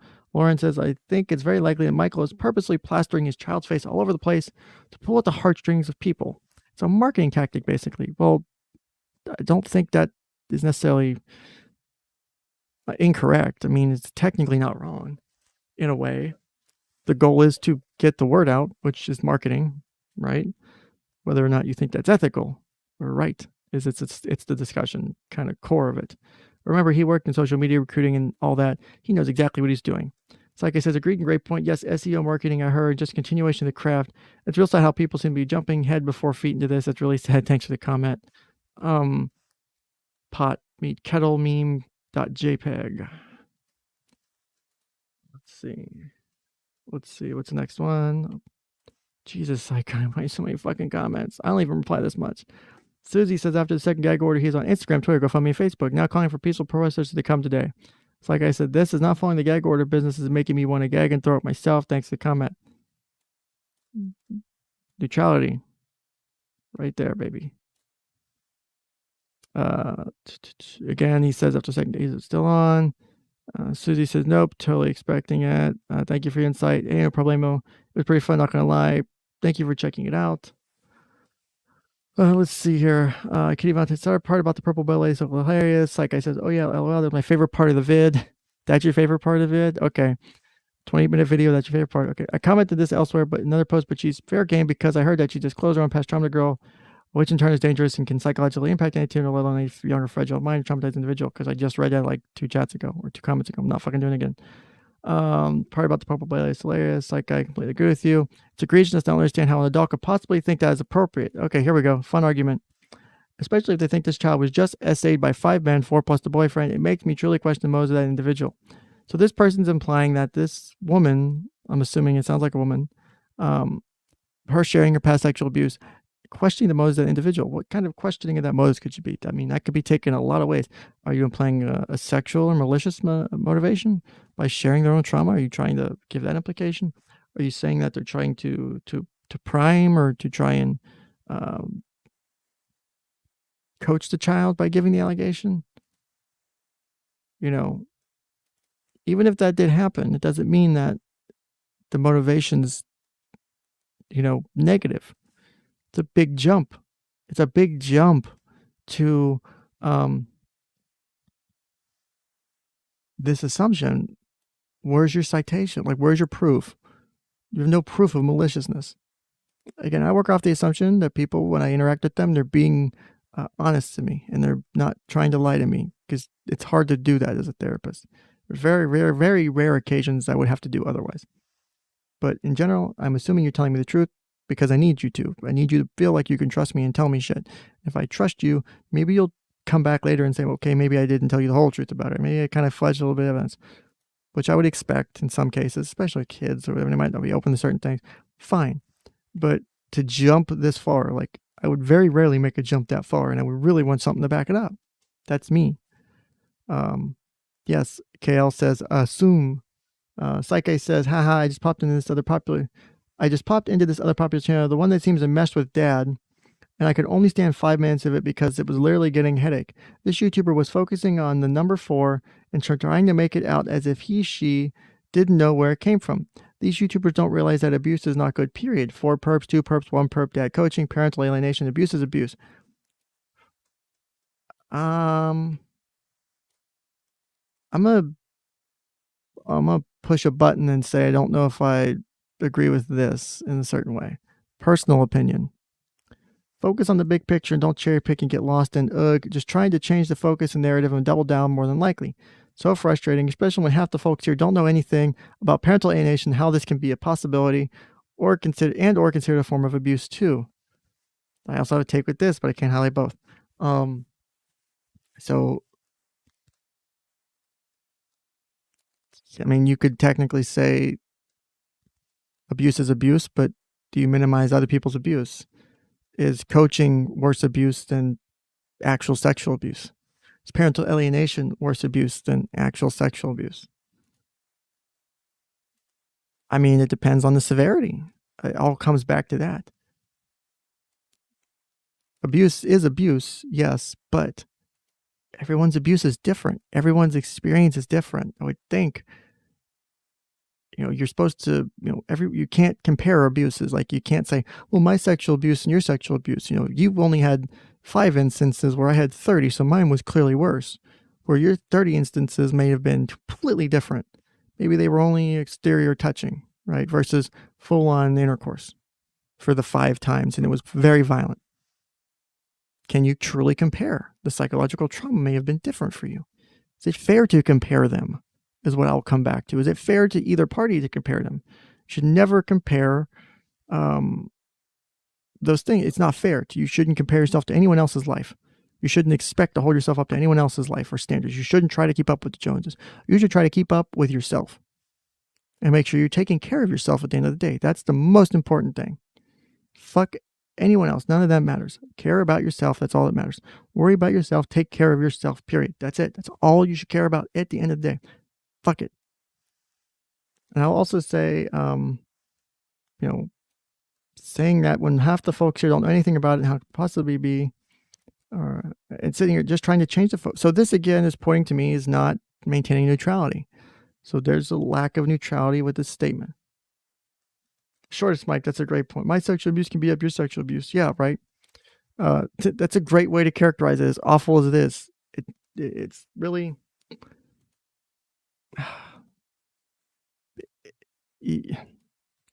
Yes, abuse is a bad thing, period. You should never have to deal with it, regardless of the type. But it's not fair to equalize it. We should not run a normalization filter over goddamn abuse of everyone. That's not fair to anyone. Like, no, I'm not okay with that personally. So frustrating, especially when half the folks here don't know anything about parental alienation, how this can be a possibility. Well, maybe they didn't know, but are you educating them on what it is? Versus saying, well, this is parental alienation. This is. I did 10 hours of fucking video on this because I wanted to deep dive on it, right? I knew a little bit about it, knew something about it, but I wanted to know more about it. So I did a deep dive. That was a lot of fucking reading, man. And we're still not done technically. God damn it, I forgot about that. I hate myself. That might be a future stream when you're coming up. You need to finish that fucking book article thingy. But this is dismissive. Let me, these people don't know. Maybe I should put out something focused solely on parental alienation that's separate from any case. That's a way to deal with it. Now I can get why you could be frustrated by that. I could be frustrated by that myself. It's like these people are coming here saying, oh, it's obviously sexual abuse when you feel as though it's parental alienation. I can get the professional perspective of like, I'm pretty confident this is, you heard his statement earlier in the video. He said, he hasn't read or seen all the evidence or the documents or the videos, but he's seen cases like this and he's pretty sure it's going to turn out this way. And that's what he's using to make his assessment. I don't like that. I have a lot of problems with that. In fact, I think I might do a breakdown of that statement in itself as a separate video just for fun and maybe release that on my locals. I don't know. I don't fucking know. Just the statement itself. It's not, if you really want justice for Sophie, if you really want the case to give it justice, are you giving it justice? I know you're a medical professional. I know you're a psych guy. I know you're busy. But if that's the case, then are you reaching outside of your lane? If you don't have the information to back it, if you're going off of third parties to summarize and give you the fucking abstract, are you reading the, effective abstracts of all these documents from people commenting and using that to make your assessment of the research, right? Versus actually doing the research itself and reading the research and seeing what it actually says, because people read abstracts on research wrong all the fucking time. Can't tell you how many times that shit pisses me off. Ivan, whether this is the way he practices or not, this might be his YouTube style. I don't know. This wouldn't be something necessarily I would say was reportable personally, from my understanding. Now, because, this is more generalized talk. It's nothing I can see violating, maybe something. I don't think so. Not this. There's other shit that maybe, if you stretch it, possibly. I don't know. I have to re-listen to it to make sure I heard it right. Again, this video is fire, absolutely spot on. Thank you so much for taking the video and kind of comment. Another basic comment. Victoria says, I watched some of the content of not only this case, it's very sad. He would be doing all that on purpose for his benefit. I hope for her that she is safe and stays safe and that people learn to step back and wait what the outcomes are. Thanks for giving your perspective on things from a professional standpoint. Okay, I'm curious to see the response to that. Agreed, very sad. And to do this, especially when he is alleging that his daughter was victimized, and now he may be victimizing others in a manner different by conning them. I mean, the GoFundMe account may still be legit, but honestly, there's so many questions about it and looking shady without any receipts. And to do this when the economy is bad and people have to save up money, real sad. Thanks for the comment and no problem. Love making these videos. Just wish I had more time. Okay. Let's see what's the next couple. Here, let's continue. Wings. Yeah, I love Wings. Thanks for the commentary. Again, checking out my premiere last night. Is this... That looks almost like a certain creator's avatar. Maybe I'm just seeing shit. I'm curious what your take on the leaked phone calls with Michael and Kelly. He seems like a bat and then the shit emoji. Crazy and spiteful. Okay? I'm really curious to see this. I spoke about that phone call in my final vid. So this is commenting on this, but he's done the 4th video already. Though since pending court case going on, I will abstain from commenting on what I think or what mental health issues could possibly be affecting one or both parties of the phone call. Maybe future video to ring in the new year when all this is hopefully said and done. Maybe part 5, who knows, stay tuned. If this is the case, you didn't do that, if I'm remembering correctly. God, I'm fucking... Because I've listened to all of this shit. It's frustrating. Jenna says, this has been disgusting by ML. Discovery finds nothing but exploitation for money. I don't know if I agree with that statement personally, but Psych Guy says, yeah, how long has the account been up and still no receipts? Nothing. It really seems suspicious, and I saw you had commented in another post that you and your church were able to get your money back. I hope everyone else is able to get theirs back also if they determine it to be a scam. And if it is determined to be a scam, how sad it is to take advantage of others to pull it off when the country is a lower unemployment rates right now, and COVID has put a kink in the nation's economy. Stephanie says, you've nailed it. Thank you very much. Michelle, great job. Love your sense of humor. If you thought that was fun, you should see me when in action. I'm trying to shoot my vids. Talk about a comedy show. Heck, the Cookie Monster could probably do a better job than me. Refraining from commentary. Dad is actually selling things like beer koozies. It's disgusting. Okay, I will stand corrected. OMG, it's just worse. Thank you for pointing this out. Dad is actually selling things like beer koozie. You're joking. You have to see believe it. His daughter's on a beer koozie. He just needs help for releasing a t-shirt. He just needs help for releasing a t-shirt. He's fundraising. If you need financial support to help take care of your child, then that means the same argument could be made to anyone who posts on GoFundMe, anyone who posts fundraisers. I can't afford to take care of my kid. I can't afford to put bills on the table. I can't afford to make sure my daughter's safe. Let's go back to Maslow's hierarchy of needs, safety and shelter and shit, right? Bottom of the pyramid. It's all basically relating to that somehow.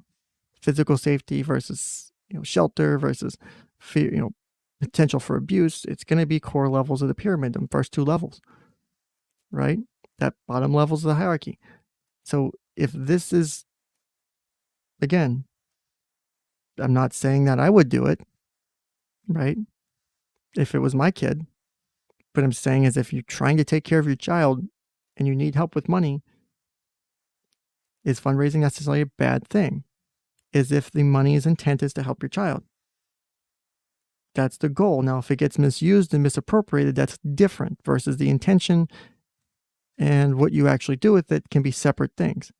Now, if he intends for this and that was the plan, but I don't know, maybe lawyers take advantage or he fucking decides to go do whatever with it, that's separate, right? Let's see.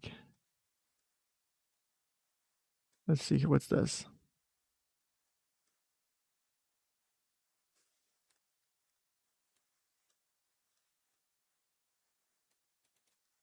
So Stephanie Rose says, blessed mom, apparently just rumors that he posted that the kids will stay with him until January. They set the trial back. Again, rumors. The only explanation I come up with is that since there is a pending criminal investigation, because of this very serious allegations that Sophie and the boys didn't have enough time to be seen by the gal, or the amicus attorney, and the investigation is still pending and not closed. I was mistaken by, quote, all matters, in parentheses, apparently he was just dealing with the recent motion, close parentheses, and no evidence will be heard until January. I will never understand why they wouldn't at least be placed with a third party. I'm sorry, but after reading every page of the court documents, I do not understand how the judge came to this ruling. I live in Texas. I'm starting to think that they're just crazy down there. Again, just rumors, parentheses, until her attorney makes a public statement, close parentheses. But apparently 𝐂𝐤 gets visitation with the boys, but not Sophie, and that just makes my opinion stronger. That is because of the allegations that were made regarding her. I have to unplug from this case and go back to worrying about my patients. I'm just glad I don't live in Texas, to be honest. I'm going to contact an immediate family member that is an attorney and an extended family member that is a judge and try to make sense of these rumors. Nothing has been officially released. It's just beyond me.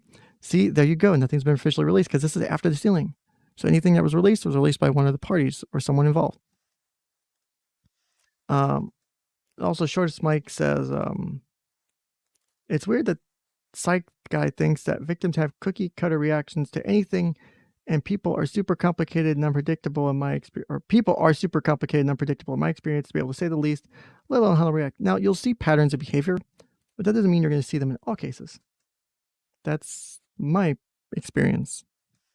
People will have similar patterns of behavior, but you will have exceptions to the rule. There are exceptions to the rule. Some patterns of behavior may be more common in different presentations. Like this type of abuse you might see this subset of symptoms more present than this subset of symptoms. Or if it was violence, if it was physically violent types of abuse, along with sexual abuse, you'll have this type of symptoms. This might be more common. You might have more of this, and that. Like those can happen. Jesus Christ, I'm not reading this. They're basically talking about it being pushed back. This is by Stephanie. Psych Guy does say, yeah, it's absolutely floored. I even commented this. Can't remember if it was in the green or blue video because he colored the video. So he said the video one's this color, video two this color. But I was floored in the fact that the children were not placed in a neutral third-party location, such as a temporary foster placement, until it's sorted out, or a close family member that's not mom or dad. This is, I don't know. I'm mixed on that, if I would do that, if I would support that. And I agree and wonder if some of this could be manipulation on dad's part. In my opinion, his main focus is on the livelihood of the story and keeping the GoFundMe going is okay. And I agree and wonder if some of this could be manipulation on dad's part. In my opinion, his main focus is on the livelihood of the story and keeping the GoFundMe going as long as possible. That's the impression I'm getting. And it could be you, as you alluded to in your comment, spinning it in his favor. There's another video right now that I haven't sat down to watch yet. Just got off work recently, responding to comments. We'll watch later.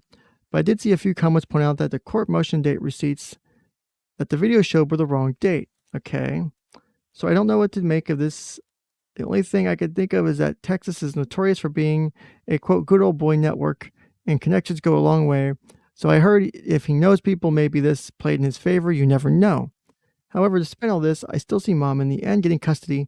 No way am I seeing any unreasonable sign of any sort of permanent reversal to the father, only ultimate reunification to the mother, unless if the system is more flawed and broken than it already is.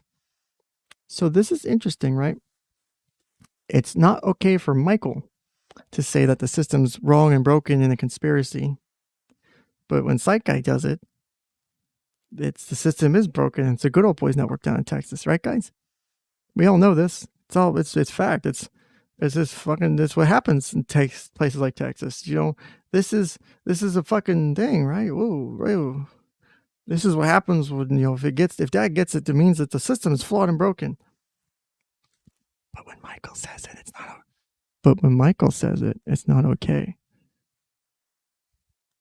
Do you notice the hypocrisy? And it's not about me caring whether or not Michael or Kelly's right. It's the fucking double standard. I fucking hate double standards so much. Please just hold a consistency. I try to hold myself to consistency. I want people to challenge me if I'm not consistent. That's fine. Maybe I'm consistently inconsistent. That's fucking fair to say as well, because I fuck up shit or whatever, right? But that statement right there bothers me so much, because it's alluding to corruption and collusion in the court system for the support of dad. But if it's for the support of mom, it's not okay, and it's a conspiracy, which I'm pretty sure by this video has already alluded to dad having a conspiracy about collusion in the video and in the court system and with all the people involved. By this point, I'm pretty sure Psych Guy has mentioned dad's concerns about and dad having a conspiracy. I'd have to go back and search the fucking transcripts. I'm pretty sure it gets mentioned, but that is a big fucking deal. Mentioning that is a big fucking deal. Why? Why would you do that? Why you do that? You know, don't do that. Fucking crazy, dude, man. Don't do that. That's actually bothering me to read this. I'm bothered. Like that fucking feeling you get in the pit of your stomach when you know something's wrong and you know something's out of place. That intuition feeling you get. Like the inconsistency in his statements on video versus his statements in the chat. Shit bugs the fuck out of me.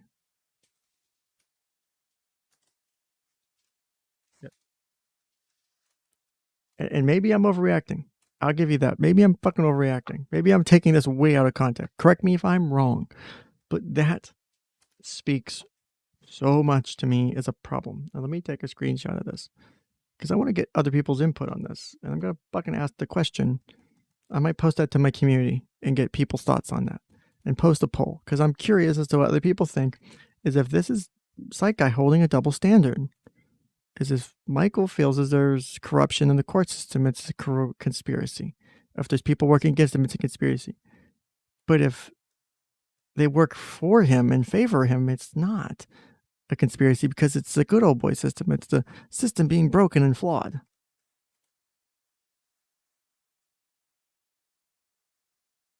Look, Twisted, like I said, I try to give everyone benefit of the doubt, even people I don't like or disagree with. Not saying I don't like Psych Guy.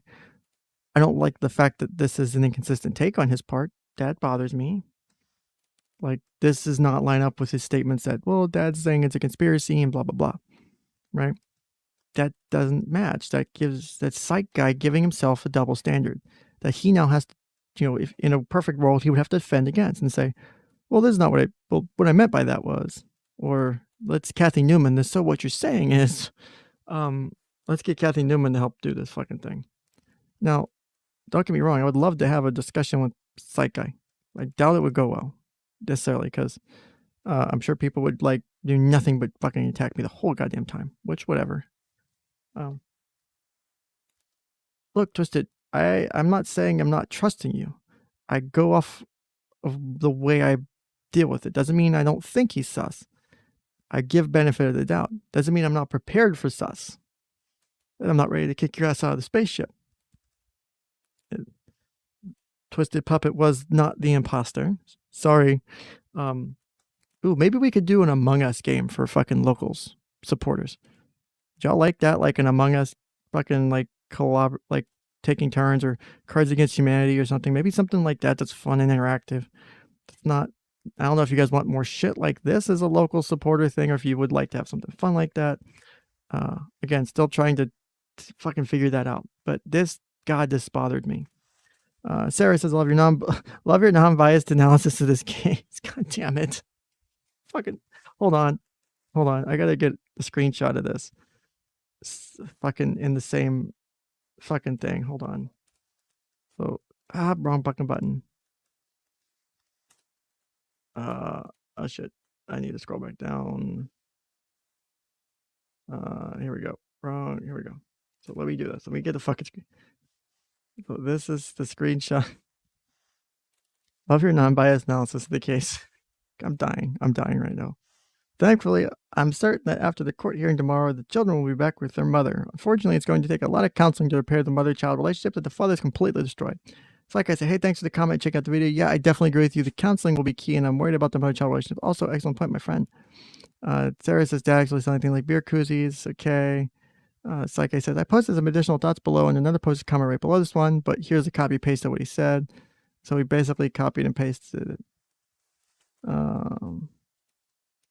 Okay, so maybe he says this somewhere else, because I don't remember reading this yet. So I don't know, or I don't have all the details. I'm not a lawyer, but with these types of high conflict cases, from what I've seen dragged into these types of cases, it gets real muddy, and so many emotions are fired off, a lot of waiting. So maybe today was just extraneous motion hearings that may not really be related due to ultimately who gets custody, or will there be a reversal? A lot of times things are delayed due to red tape, so sounds like this could be possibly what happened, but don't know. What I do know is that there's more related to legal policy, procedural things instead of something game-changing that is being set up for reversal of custody, at least from what evidence I'm seeing or hearing. But then again, as I pointed out in this video, Dad may have that trump card that trumps everything, though doubt it because that probably would have been brought out by now. Still seeing Mom win in the end when all is said and done. Okay. Stiga says, playing a social deduction game with locals would be great and on point for the channel. See, Twisted Puppet, you need to join my locals. That's the problem. If you just join my locals, you have support. I can give you mod access, so you don't have to pay. But you have to join to begin with, because you can follow me for free. Supporting is what costs money. Don't be cheap. I'm joking. I'm joking with you. Clearly, I'm joking about that. Dad's only thing. Okay, goddamn. How is this coming back up?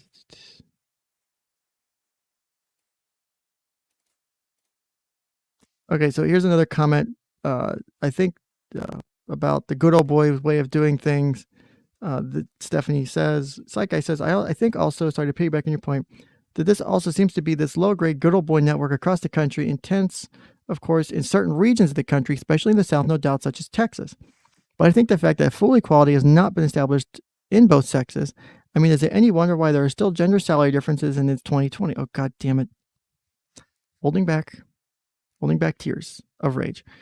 It almost appears as though there is this silent, unspoken misogynism that still exists, and this in turn serves to facilitate this, quote, good old boy network, feeling where men will a lot of times have the upper hand from the get-go. I don't know, just something that I've picked up on, and gender equality needs to be fully established, if not for ourselves, then for our children's future. I'm Psych Guy, and I approve this message. Sorry, it's Friday night, just having a little fun, being silly, but excellent points. Screenshotting that, because that's funny. So, yes, I'm a little triggered. Not gonna lie there. Affirmative nod. Stephanie says, I can assure you this child is not a victim essay. I have read through 1,200 pages of court documents, and I have over 300 confirmed kills. God damn it, wrong copy pasta, my bad. And this man has coached and used tactics of parental alienation on his children. This person apparently is an expert. Let me check their fucking page. Do they state anything about themselves? About me? Nope. Just no playlists, no home, no videos. Okay, so I don't see anything about them. I think they maybe mentioned something about getting back to their clients. Adams, you should be able to do a password reset. If you have an issue with that, hit me up in a Discord DM or send me an email and I'll see if I can fix it somehow. I don't know how I would. If you need me to, I could probably, if you needed to use another email, I could probably get you a free month or something to make up for your lost month if you did pay. So, okay. Thank you for following Twisted. Let's see. This man has not only mentally abused the girl, but her siblings this child has went through at least 5 SANE exams. Again, receipts, please, because I'm not sure this is the case. Just saying. And all of them have shown absolutely nothing. This man has not only mentally abused the girl, but her siblings, because a parent can't just coach one child. They have to coach all the children so the story stays consistent. I am a child psychologist, and I have seen a couple children have to be hospitalized because of the severity of the parental alienation. These children cannot tell the difference between reality and the lies. It's sad. It's heartbreaking. It took me 3 days to thoroughly look through all 1,200 pages, and it's just horrendous what this man has not only made his daughter go through, but the siblings and this poor man. So, taking Stephanie in her word, she's a child psychologist. What are your thoughts on that? Again, you get to make the decisions here. Oh, fucking Christ. Okay, this is going to be an interesting read. My gosh, you actually read through all 1,200 pages of court docs. I struggled to even get past 2 pages of an instruction manual. Just kidding. No, but seriously, I would go through reading. This is Psych Guy again. I would go through reading all the court documents or watching all the video footage, and I'm sure you know what I'm talking about. But being in the same field that I practice, and we psych folk can pick up things easier than whoa. But being in the same field that I practice, we psych folk can pick things up easier than others when it comes to this sort of stuff because it's bread and butter to us. And thank you, by the way, for sharing all your valuable insight and professional opinion on the comment section. I've seen the damaging effects of parental alienation on the front lines, and it's often overlooked or underappreciated or looked at. And you were spot on with your description of the siblings' involvement and the importance of the consistency. The only critique that I have, and don't take this the wrong way, it's more rather a reflective of my 𝐂𝐨𝐮𝐬𝐞𝐽 OCPD, but just a quick note, or just a quick correction, when you stated that this man has not only mentally abused a girl, and what this man has made not only his daughter go through, I think we can both agree that this is abuse also pertains to present day, even today, by his continued efforts of posting pictures of her all over the internet and profiting off of her through GoFundMe accounts. So that's abuse, according to this. This continued nonstop exploitation should be concerning another form of trauma, albeit in a different form than, say, PASA, etc., but exploitation is abuse. On top of that, he's doing his very best to set her up for possibly bullying down the road. Hopefully I'm wrong about this. But possible bullying and unfortunate harsh criticisms the longer he keeps in the limelight, especially if dad's exposed later as a fraudster. That's not actually an incorrect take if dad's wrong, right? That's actually not a bad statement. She could get bullied for all this shit. Thank you so much for your comment again. Love the diversity of comments here. Getting love the intellectual discussion, especially among colleagues. Keep it up. And thanks again. Oh, so when I say colleagues about having to possibly, in a hypothetical, report Psych Guy, Psych Guy's not a colleague. But when he's talking to a psychologist in the comment section, she's a colleague. Love the double standards. Love the double standards. God damn it. I did that by accident. Damn it. I'll have to come back to screenshot that later. The whole thing, at least. Let me get the major parts of it. Let's see here. So that is interesting too. Fun stuff. Psych Guy. Oh, so that explains why a lot of his, I guess, how many fucking more of these are there? Jesus Christ. Okay, so these are the live chats. Okay, here we go. I fucking knew I was right. Fuck yes, I'm right. I knew I was right.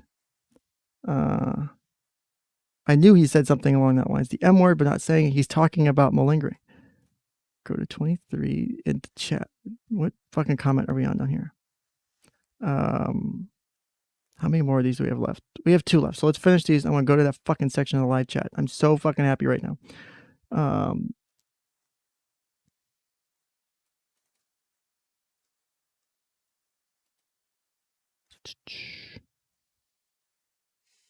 Wait, what the hell does that have to do with anything? Where the fuck is Dutch Dork? Okay, she says, I'm a licensed child psychologist, so unfortunately I've seen things like this. So like everyone else, it's all the rev. So this is Stephanie again. I thoroughly read 1,200 pages, and the most damning thing I could find on the mother was the domestic disturbance. Okay. Spicy take. She wasn't at fault there. The last thing I want to do is expose this child's medical records. Oh, so we won't share information. Not saying we should share the child's information, but notice the pattern. I will take heat for sharing shit because I have no problem with fucking shitting. Like, at least if you're not going to share it, let people know where to find it. That's my only fucking critique. So if you won't share it, at least fucking find me a way to be able to say, well, if you go to here, here's an archive of all the fucking documents and go look through them yourself. If you won't show it to me. Multiple doctors did SANE exams and multiple doctors all came to the same conclusion, unfounded. She said, I can assure you that this child has not been a victim of SA. She's perfectly fine and just as 9 or 10-year-olds should be. I also wanted to provide insight on a very important document that Michael passed around and is trying to prove something. Now, at first glance, the document looks very damning. Courtney took her to one of those walk-in clinics disguised as her mother. I don't think that was the case. And said she suspected that the child may have been a victim of sexual abuse by a parent and demanded another SANE exam. Then the walk-in clinic did not have a SANE doctor, so the clinic gave her a piece of paper that said discharge diagnosis, sexual abuse by bodily force by parent. This is not the doctor's diagnosis. This was merely a piece of paper that said she had to take to another medical building so the doctors there would understand what was going on, and the SANE doctor needed to do a physical exam on her. Her physical exam was done, and nothing was found. There's absolutely nothing wrong in terms of SA or anything for that matter. People or MLer both left out the SANE doctor's diagnosis in the notes he wrote that took up over a page. The diagnosis was vaginosis, a UTI, and suspected that she wasn't wiping correctly. The doctor taught... Oh, so apparently that's okay for her to mention if I mention a pervert. The doctor, because that's mentioning tangentially the private parts of a child, right? The doctor took Courtney and the little girl how to wipe correctly, gave her several pamphlets on personal hygiene, and sent her on her way. This child was never the victim of SA. Now, as far as the mother, have you ever had a fight with your partner? There was a 911 call circling around, but even that heightened the state that Kelly was in. And even calling 911, Kelly specifically said that no physical violence had occurred. Yes, because domestic violence victims never fucking lie and never, ever refuse to testify against the people who abuse them. So it's not like there's a potential she could have misled or misstated the police and she wanted to, you know, because that never happens. I'm not saying it did, but let's just assume, you know, again, I'll take it at the fucking face value, right? But that's something to point out. It was a domestic disturbance, a fight that many couples have. I've never had a domestic disturbance in my house. Just saying, even though I've had fights with my wife and shit, I've never had the police come for a domestic disturbance. So, I mean, and that was the only thing that this woman has done or the boyfriend has done. He has done it. So this is 10 months ago. So remember, some things have happened since those 10 months. So like the whole go-kart or ATV or go-kart accident thing, that was after this. But guess who else? He does have a DL. I guess he also has one, Michael. I hope, and I was clear as I could be after 1,200 pages of court documents, there's nothing, again, in bold, that should prevent this mother from having full custody of these children as she did before and always has. And everything saying that Michael should be stripped of all rights and was found to be a danger to his children. So she's saying, and everything saying that Michael should be stripped of his rights and that he's a danger to his children. This is 10 months ago. She's saying that this is the case. So let's see.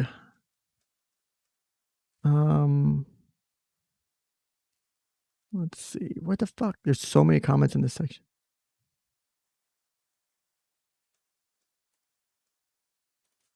What is she saying with this?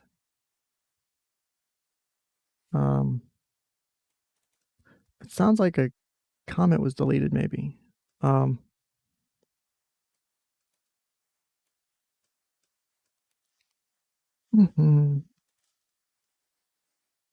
Does it show the fucking date of the comment, though, is my question.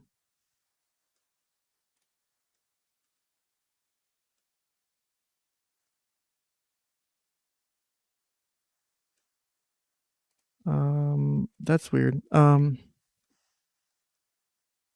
Rumors are rumors. I love how she says rumors are rumors.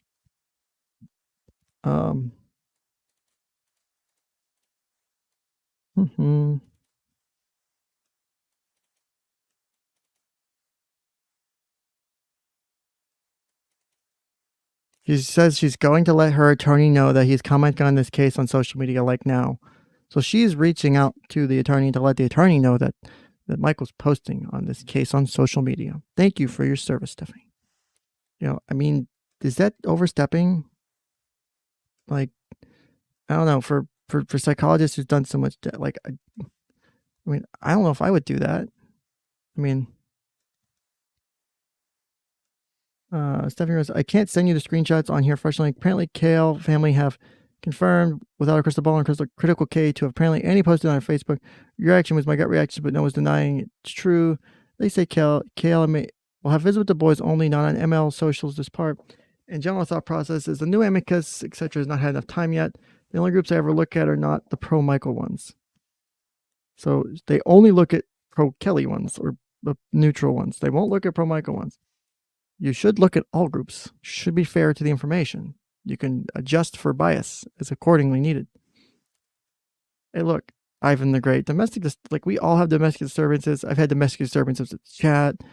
The police have had to come. It happens, man. It's okay. Like, it's normal, man. Let's see.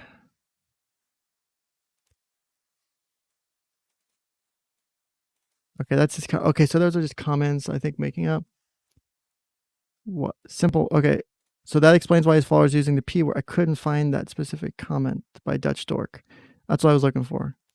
Why his followers use the P word towards folks who don't side with him. Simple modeling of what he did. I'm wondering why his supporters would go that route. But when there really isn't any rational points to make, what you expect, I guess, aside from name calling, and his actions don't surprise me.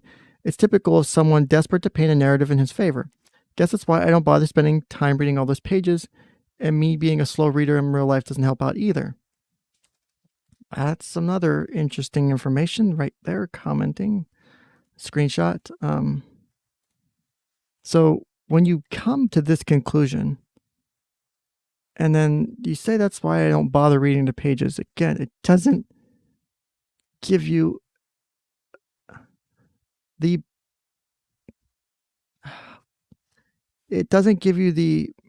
impression of neutrality, right? This doesn't give me neutrality, right? Let's see. Let's continue. Okay. Let's see.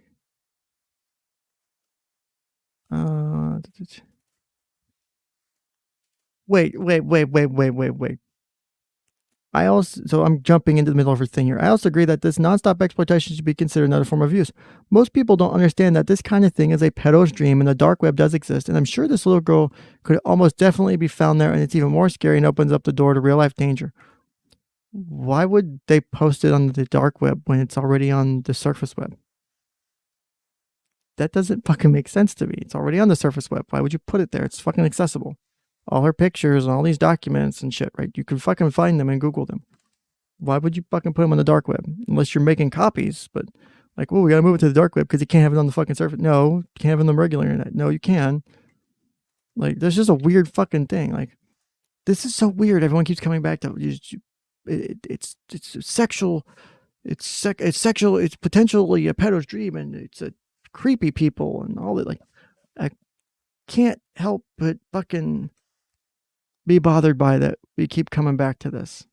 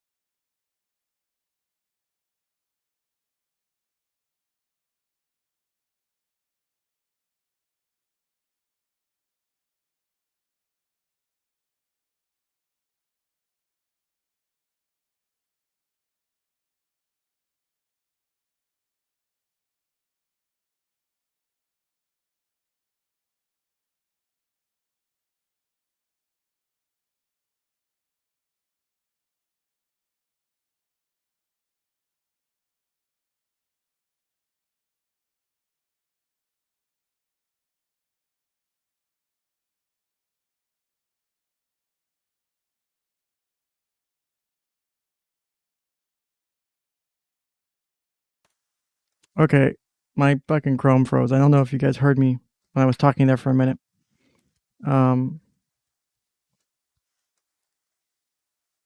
So I don't know if you guys were hearing what I was saying about that, because I couldn't see the fucking shit update. Basically, I was saying I was bothered by the way that it was being characterized. That why would it go on the dark web? It's already on the surface web. Why would you need to do that? It's already on the surface web. It's not in Mariana's web. If anyone knows that link reference, congrats. Oh, I also forgot to mention it too. Let me pull it up real quick because we're basically done at this point. I don't think there's anything else left to really share. But of the 142 comments on this video, 47 involve Psych Guy. It was like probably a third of the comments were by Psych, which is good. It's a good engagement, right? Good engagement with his viewers. But a lot of it was insightful to his thought process. Again, the Good Old Boys Network. We're back to citing the Good Old Boys Network. So let's go to this thing, because I remember fucking seeing this, the malingering thing. So let's go to 2303. And then we'll do this, and then we'll fucking call it a night. Because I gotta go after this, because I gotta go cook dinner, and I'm late for my meds. So I'm fucking, I'm hurting right now. So let's hit play.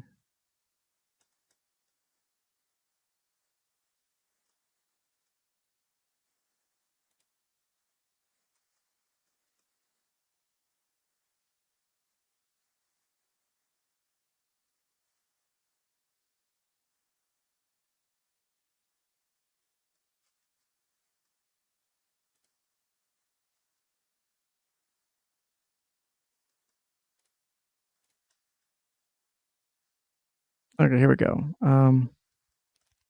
Okay, now that that's updated, so let me scroll back down. What was that timestamp? He says the M word, the next level of the M word 2303. What was the comments he made? So he makes the comment at 2303. So where does someone mention fictitious disorder?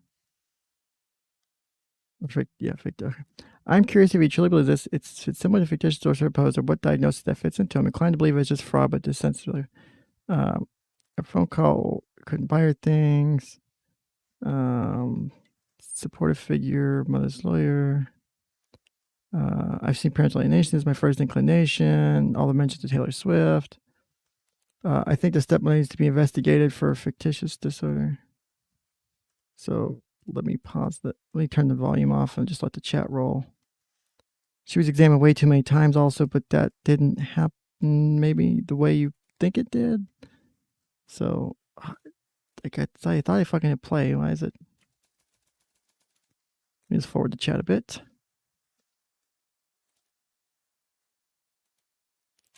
See, look what he's doing here. He's purposefully sidestepping it. He says, next level up than fictitious, the M word, but I'm not saying it. Becky Boo said, right Psych Guy, not diagnosing, just an opinion. Winky, like, look, the implication. Look right there. Look, holy shit. Let me pause. Because I knew I was fucking right to some degree. And this isn't the only time he mentions the M word. There, a long live stream video, I think he mentions it too, because he's commenting about it live to people's chats as he's pulling them up on screen. So let's, oh shit, what the fuck was that? Sorry, something crawled up my leg. That wasn't, oh dear Christ, he did winky face back. Oh my God. We need the whole meme of the guy with the fucking, the yarn drawing the circles, like over here and over here, over here, like look. Like, oh my God. What can we say about that? What do we think about that, chat? What do we think about that? Was Ken maybe a bit overzealous in his thoughts that maybe Psych Guy could have diagnosed someone? And maybe there's implication there. Maybe Ken was sort of right. Maybe Ken wasn't, you know, being an asshole to be an asshole. Maybe he was like, well, okay, maybe there was an ethical violation to some degree. Because this right here is, he knows what he's doing here. He's very aware of what he's doing. He's not saying like these are consistent with malingering. And you know, you can see this in patients. He's specifically fucking like the underlying communication is there.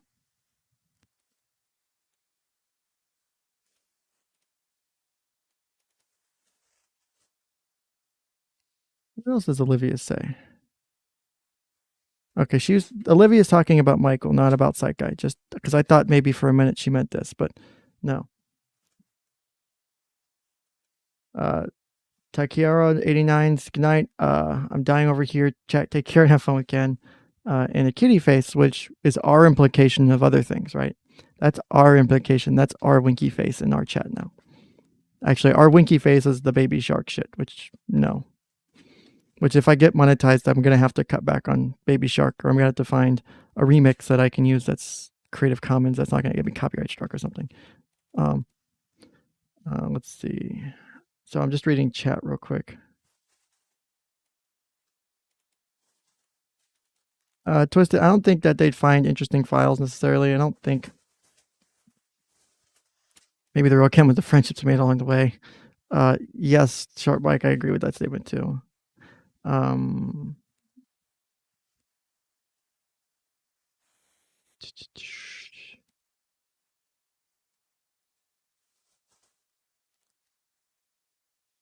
know someone mentioned wanting Nick to cover more of the cases. More information comes out, Nick will cover it. That's what because I've talked to Nick in the background about this too. As more things come out, Nick will probably cover them, but we're at kind of a standstill at the moment. So. Okay. So let's end on this because this is the last of the shit that I wanted. Did I take that screenshot? Oh God, I can't tell you how happy I am right now. I'm so happy to find that because I feel so validated right now. I feel so validated that I was right. And I don't like rubbing it in, but I fucking knew I saw that. I fucking knew I saw this. And not just once. This happens again. I knew I was right. God damn it, I knew I was right. See, when I fucking put my shit out there, I hold up the shit I'm pretty confident on. I'm pretty sure this happened. And god damn it, I was right. I was fucking right. I'm so happy. I'm so goddamn happy right now. Ugh. Damn it. I don't know what to do now. I'm so happy I found this. I'm so happy. God damn it. Thank you, chat.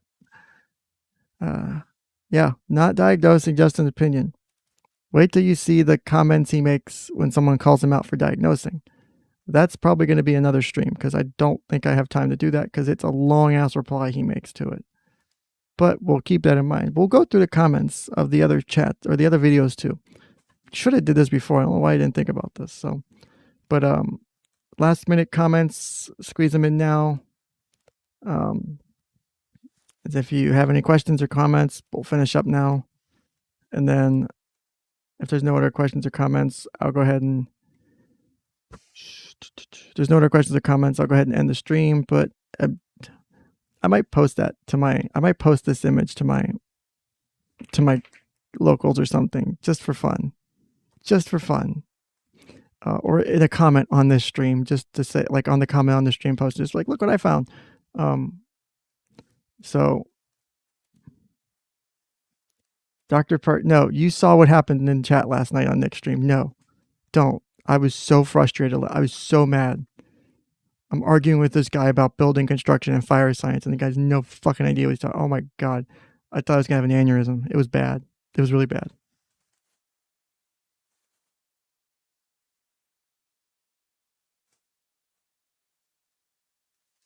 So, oh my goodness, that's great. So, okay. I don't think I see any other. I don't know if I confirm an ethics violation. This would be suspicious. It would be if I can confirm the other fucking potential violation. What will be next week's stream topic? We're probably going to do the 4th video at some point. I don't know if it'll be next week specifically. We still technically need to finish the misdiagnosis of PAS document, but at this point, I don't know. I'm going to try and see if I can start squeezing in an extra stream or 2 a week at this point. I don't know. I really got to get back to hitting hard on finding a job, but I have been getting more local supporters, which is great because, I mean, every one adds up.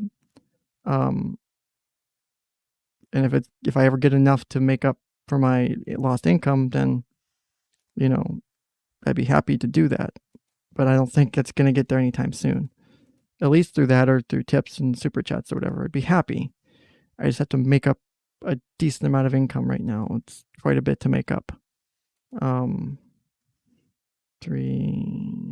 Yeah, I'd have to make up probably a bit more subscribe, probably to more than double my current subscriber number or supporter numbers to make up my income that I lost from my job, to be able to do this full time, or do this more than I do now.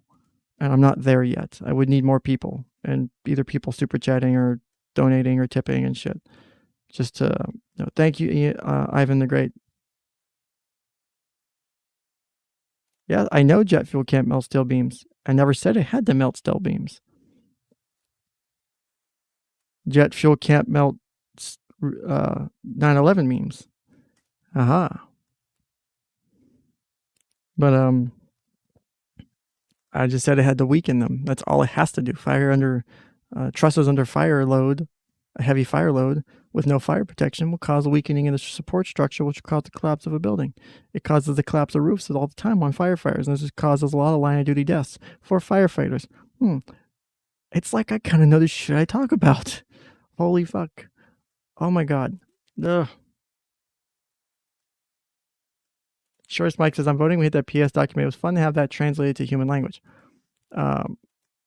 Yes. I think we'll pick up the next stream. I'll probably do that for fun. I do like reading research. I do like reading statistics and going. Like, I want people to see the shit that, like, we work from, right? This is the information we're working from. This is what we're citing. This is how we get our information. This is what we're learning. You should learn it too. Congrats. Also, yeah, I can't. I'm not ignoring you, Twisted Puppet. I see your baby shark. I'm learning to desensitize myself through it. I'm doing EMDR for baby shark so I don't be traumatized every time I see them in the damn chat. But I don't see any other comments or questions real quick, so I'm gonna just go ahead and cut it out and get going because I'm like 3 hours overdue for meds, so I'm not feeling good right now, and I need to go take my meds and I need to go cook dinner.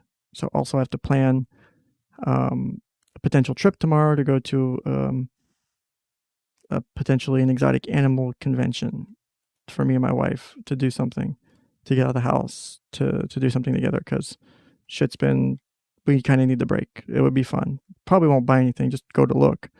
But apparently it's a pretty big thing, so it'd be pretty cool to go to. So that's the plan. So probably won't do anything tomorrow, but yeah, it does sound fun. My wife's gonna love it because of all the shit she's into as far as reptiles and other things. So, but take care, everyone. I'm just gonna pull off the face avatar here. Go to the Jeopardy screen. I'm gonna end the broadcast. Thanks everyone for coming. Thank you for supporting me. Thank you for following me. Make sure you follow me on @Ken'sCouch.locals.com or supportken.com/locals. You can also support me monthly there, $5 a month or more if you'd like. You can do one-time donation as well, and you'll get access to maybe things like Among Us games or fucking Cards Against Humanity, shit like that. Maybe something fun, maybe some clinical shit too. I'm gonna let you guys decide what you want that I can provide because you guys are giving me your money. What can I do that's worthy of your fucking cash? Okay. Yes, affirmative, not I do. It's where do you think she was today? Why do you think I'm streaming? But I do have to cook though. So I've been doing a lot of cooking. So, but y'all take care. I will Ken's testing couch probably, but I'll let you guys have a good evening. Enjoy the rest of your night, and thank you for watching and supporting. If you still want to contribute to my GoFundMe, I've almost hit my goal across all the different donation platforms of the 10K to help me get through the next few months as I figure all this shit out and move on. Because I've had tips and stuff. So if you want to, you can. You don't feel obligated. So there's a GoFundMe. There's my locals. If you want to do something more consistent, regularly locals is it because it's like $5 a month or whatever, and it's not much if you can support it, and it gives me some help, gives you some interesting insight to other shit. And yeah, I'm the husbando right now. Husbando, however the fuck you pronounce it. I'm too tired. I did not sleep last night. I had 30 minutes of sleep because every time I tried to fall asleep, I woke up sweating and having panic attacks because of all the horrible fucking nightmares I was having. So I'm on no sleep right now, but I still did a stream today, which I'm happy for. So y'all take care and have a great night. Thanks. Love you guys.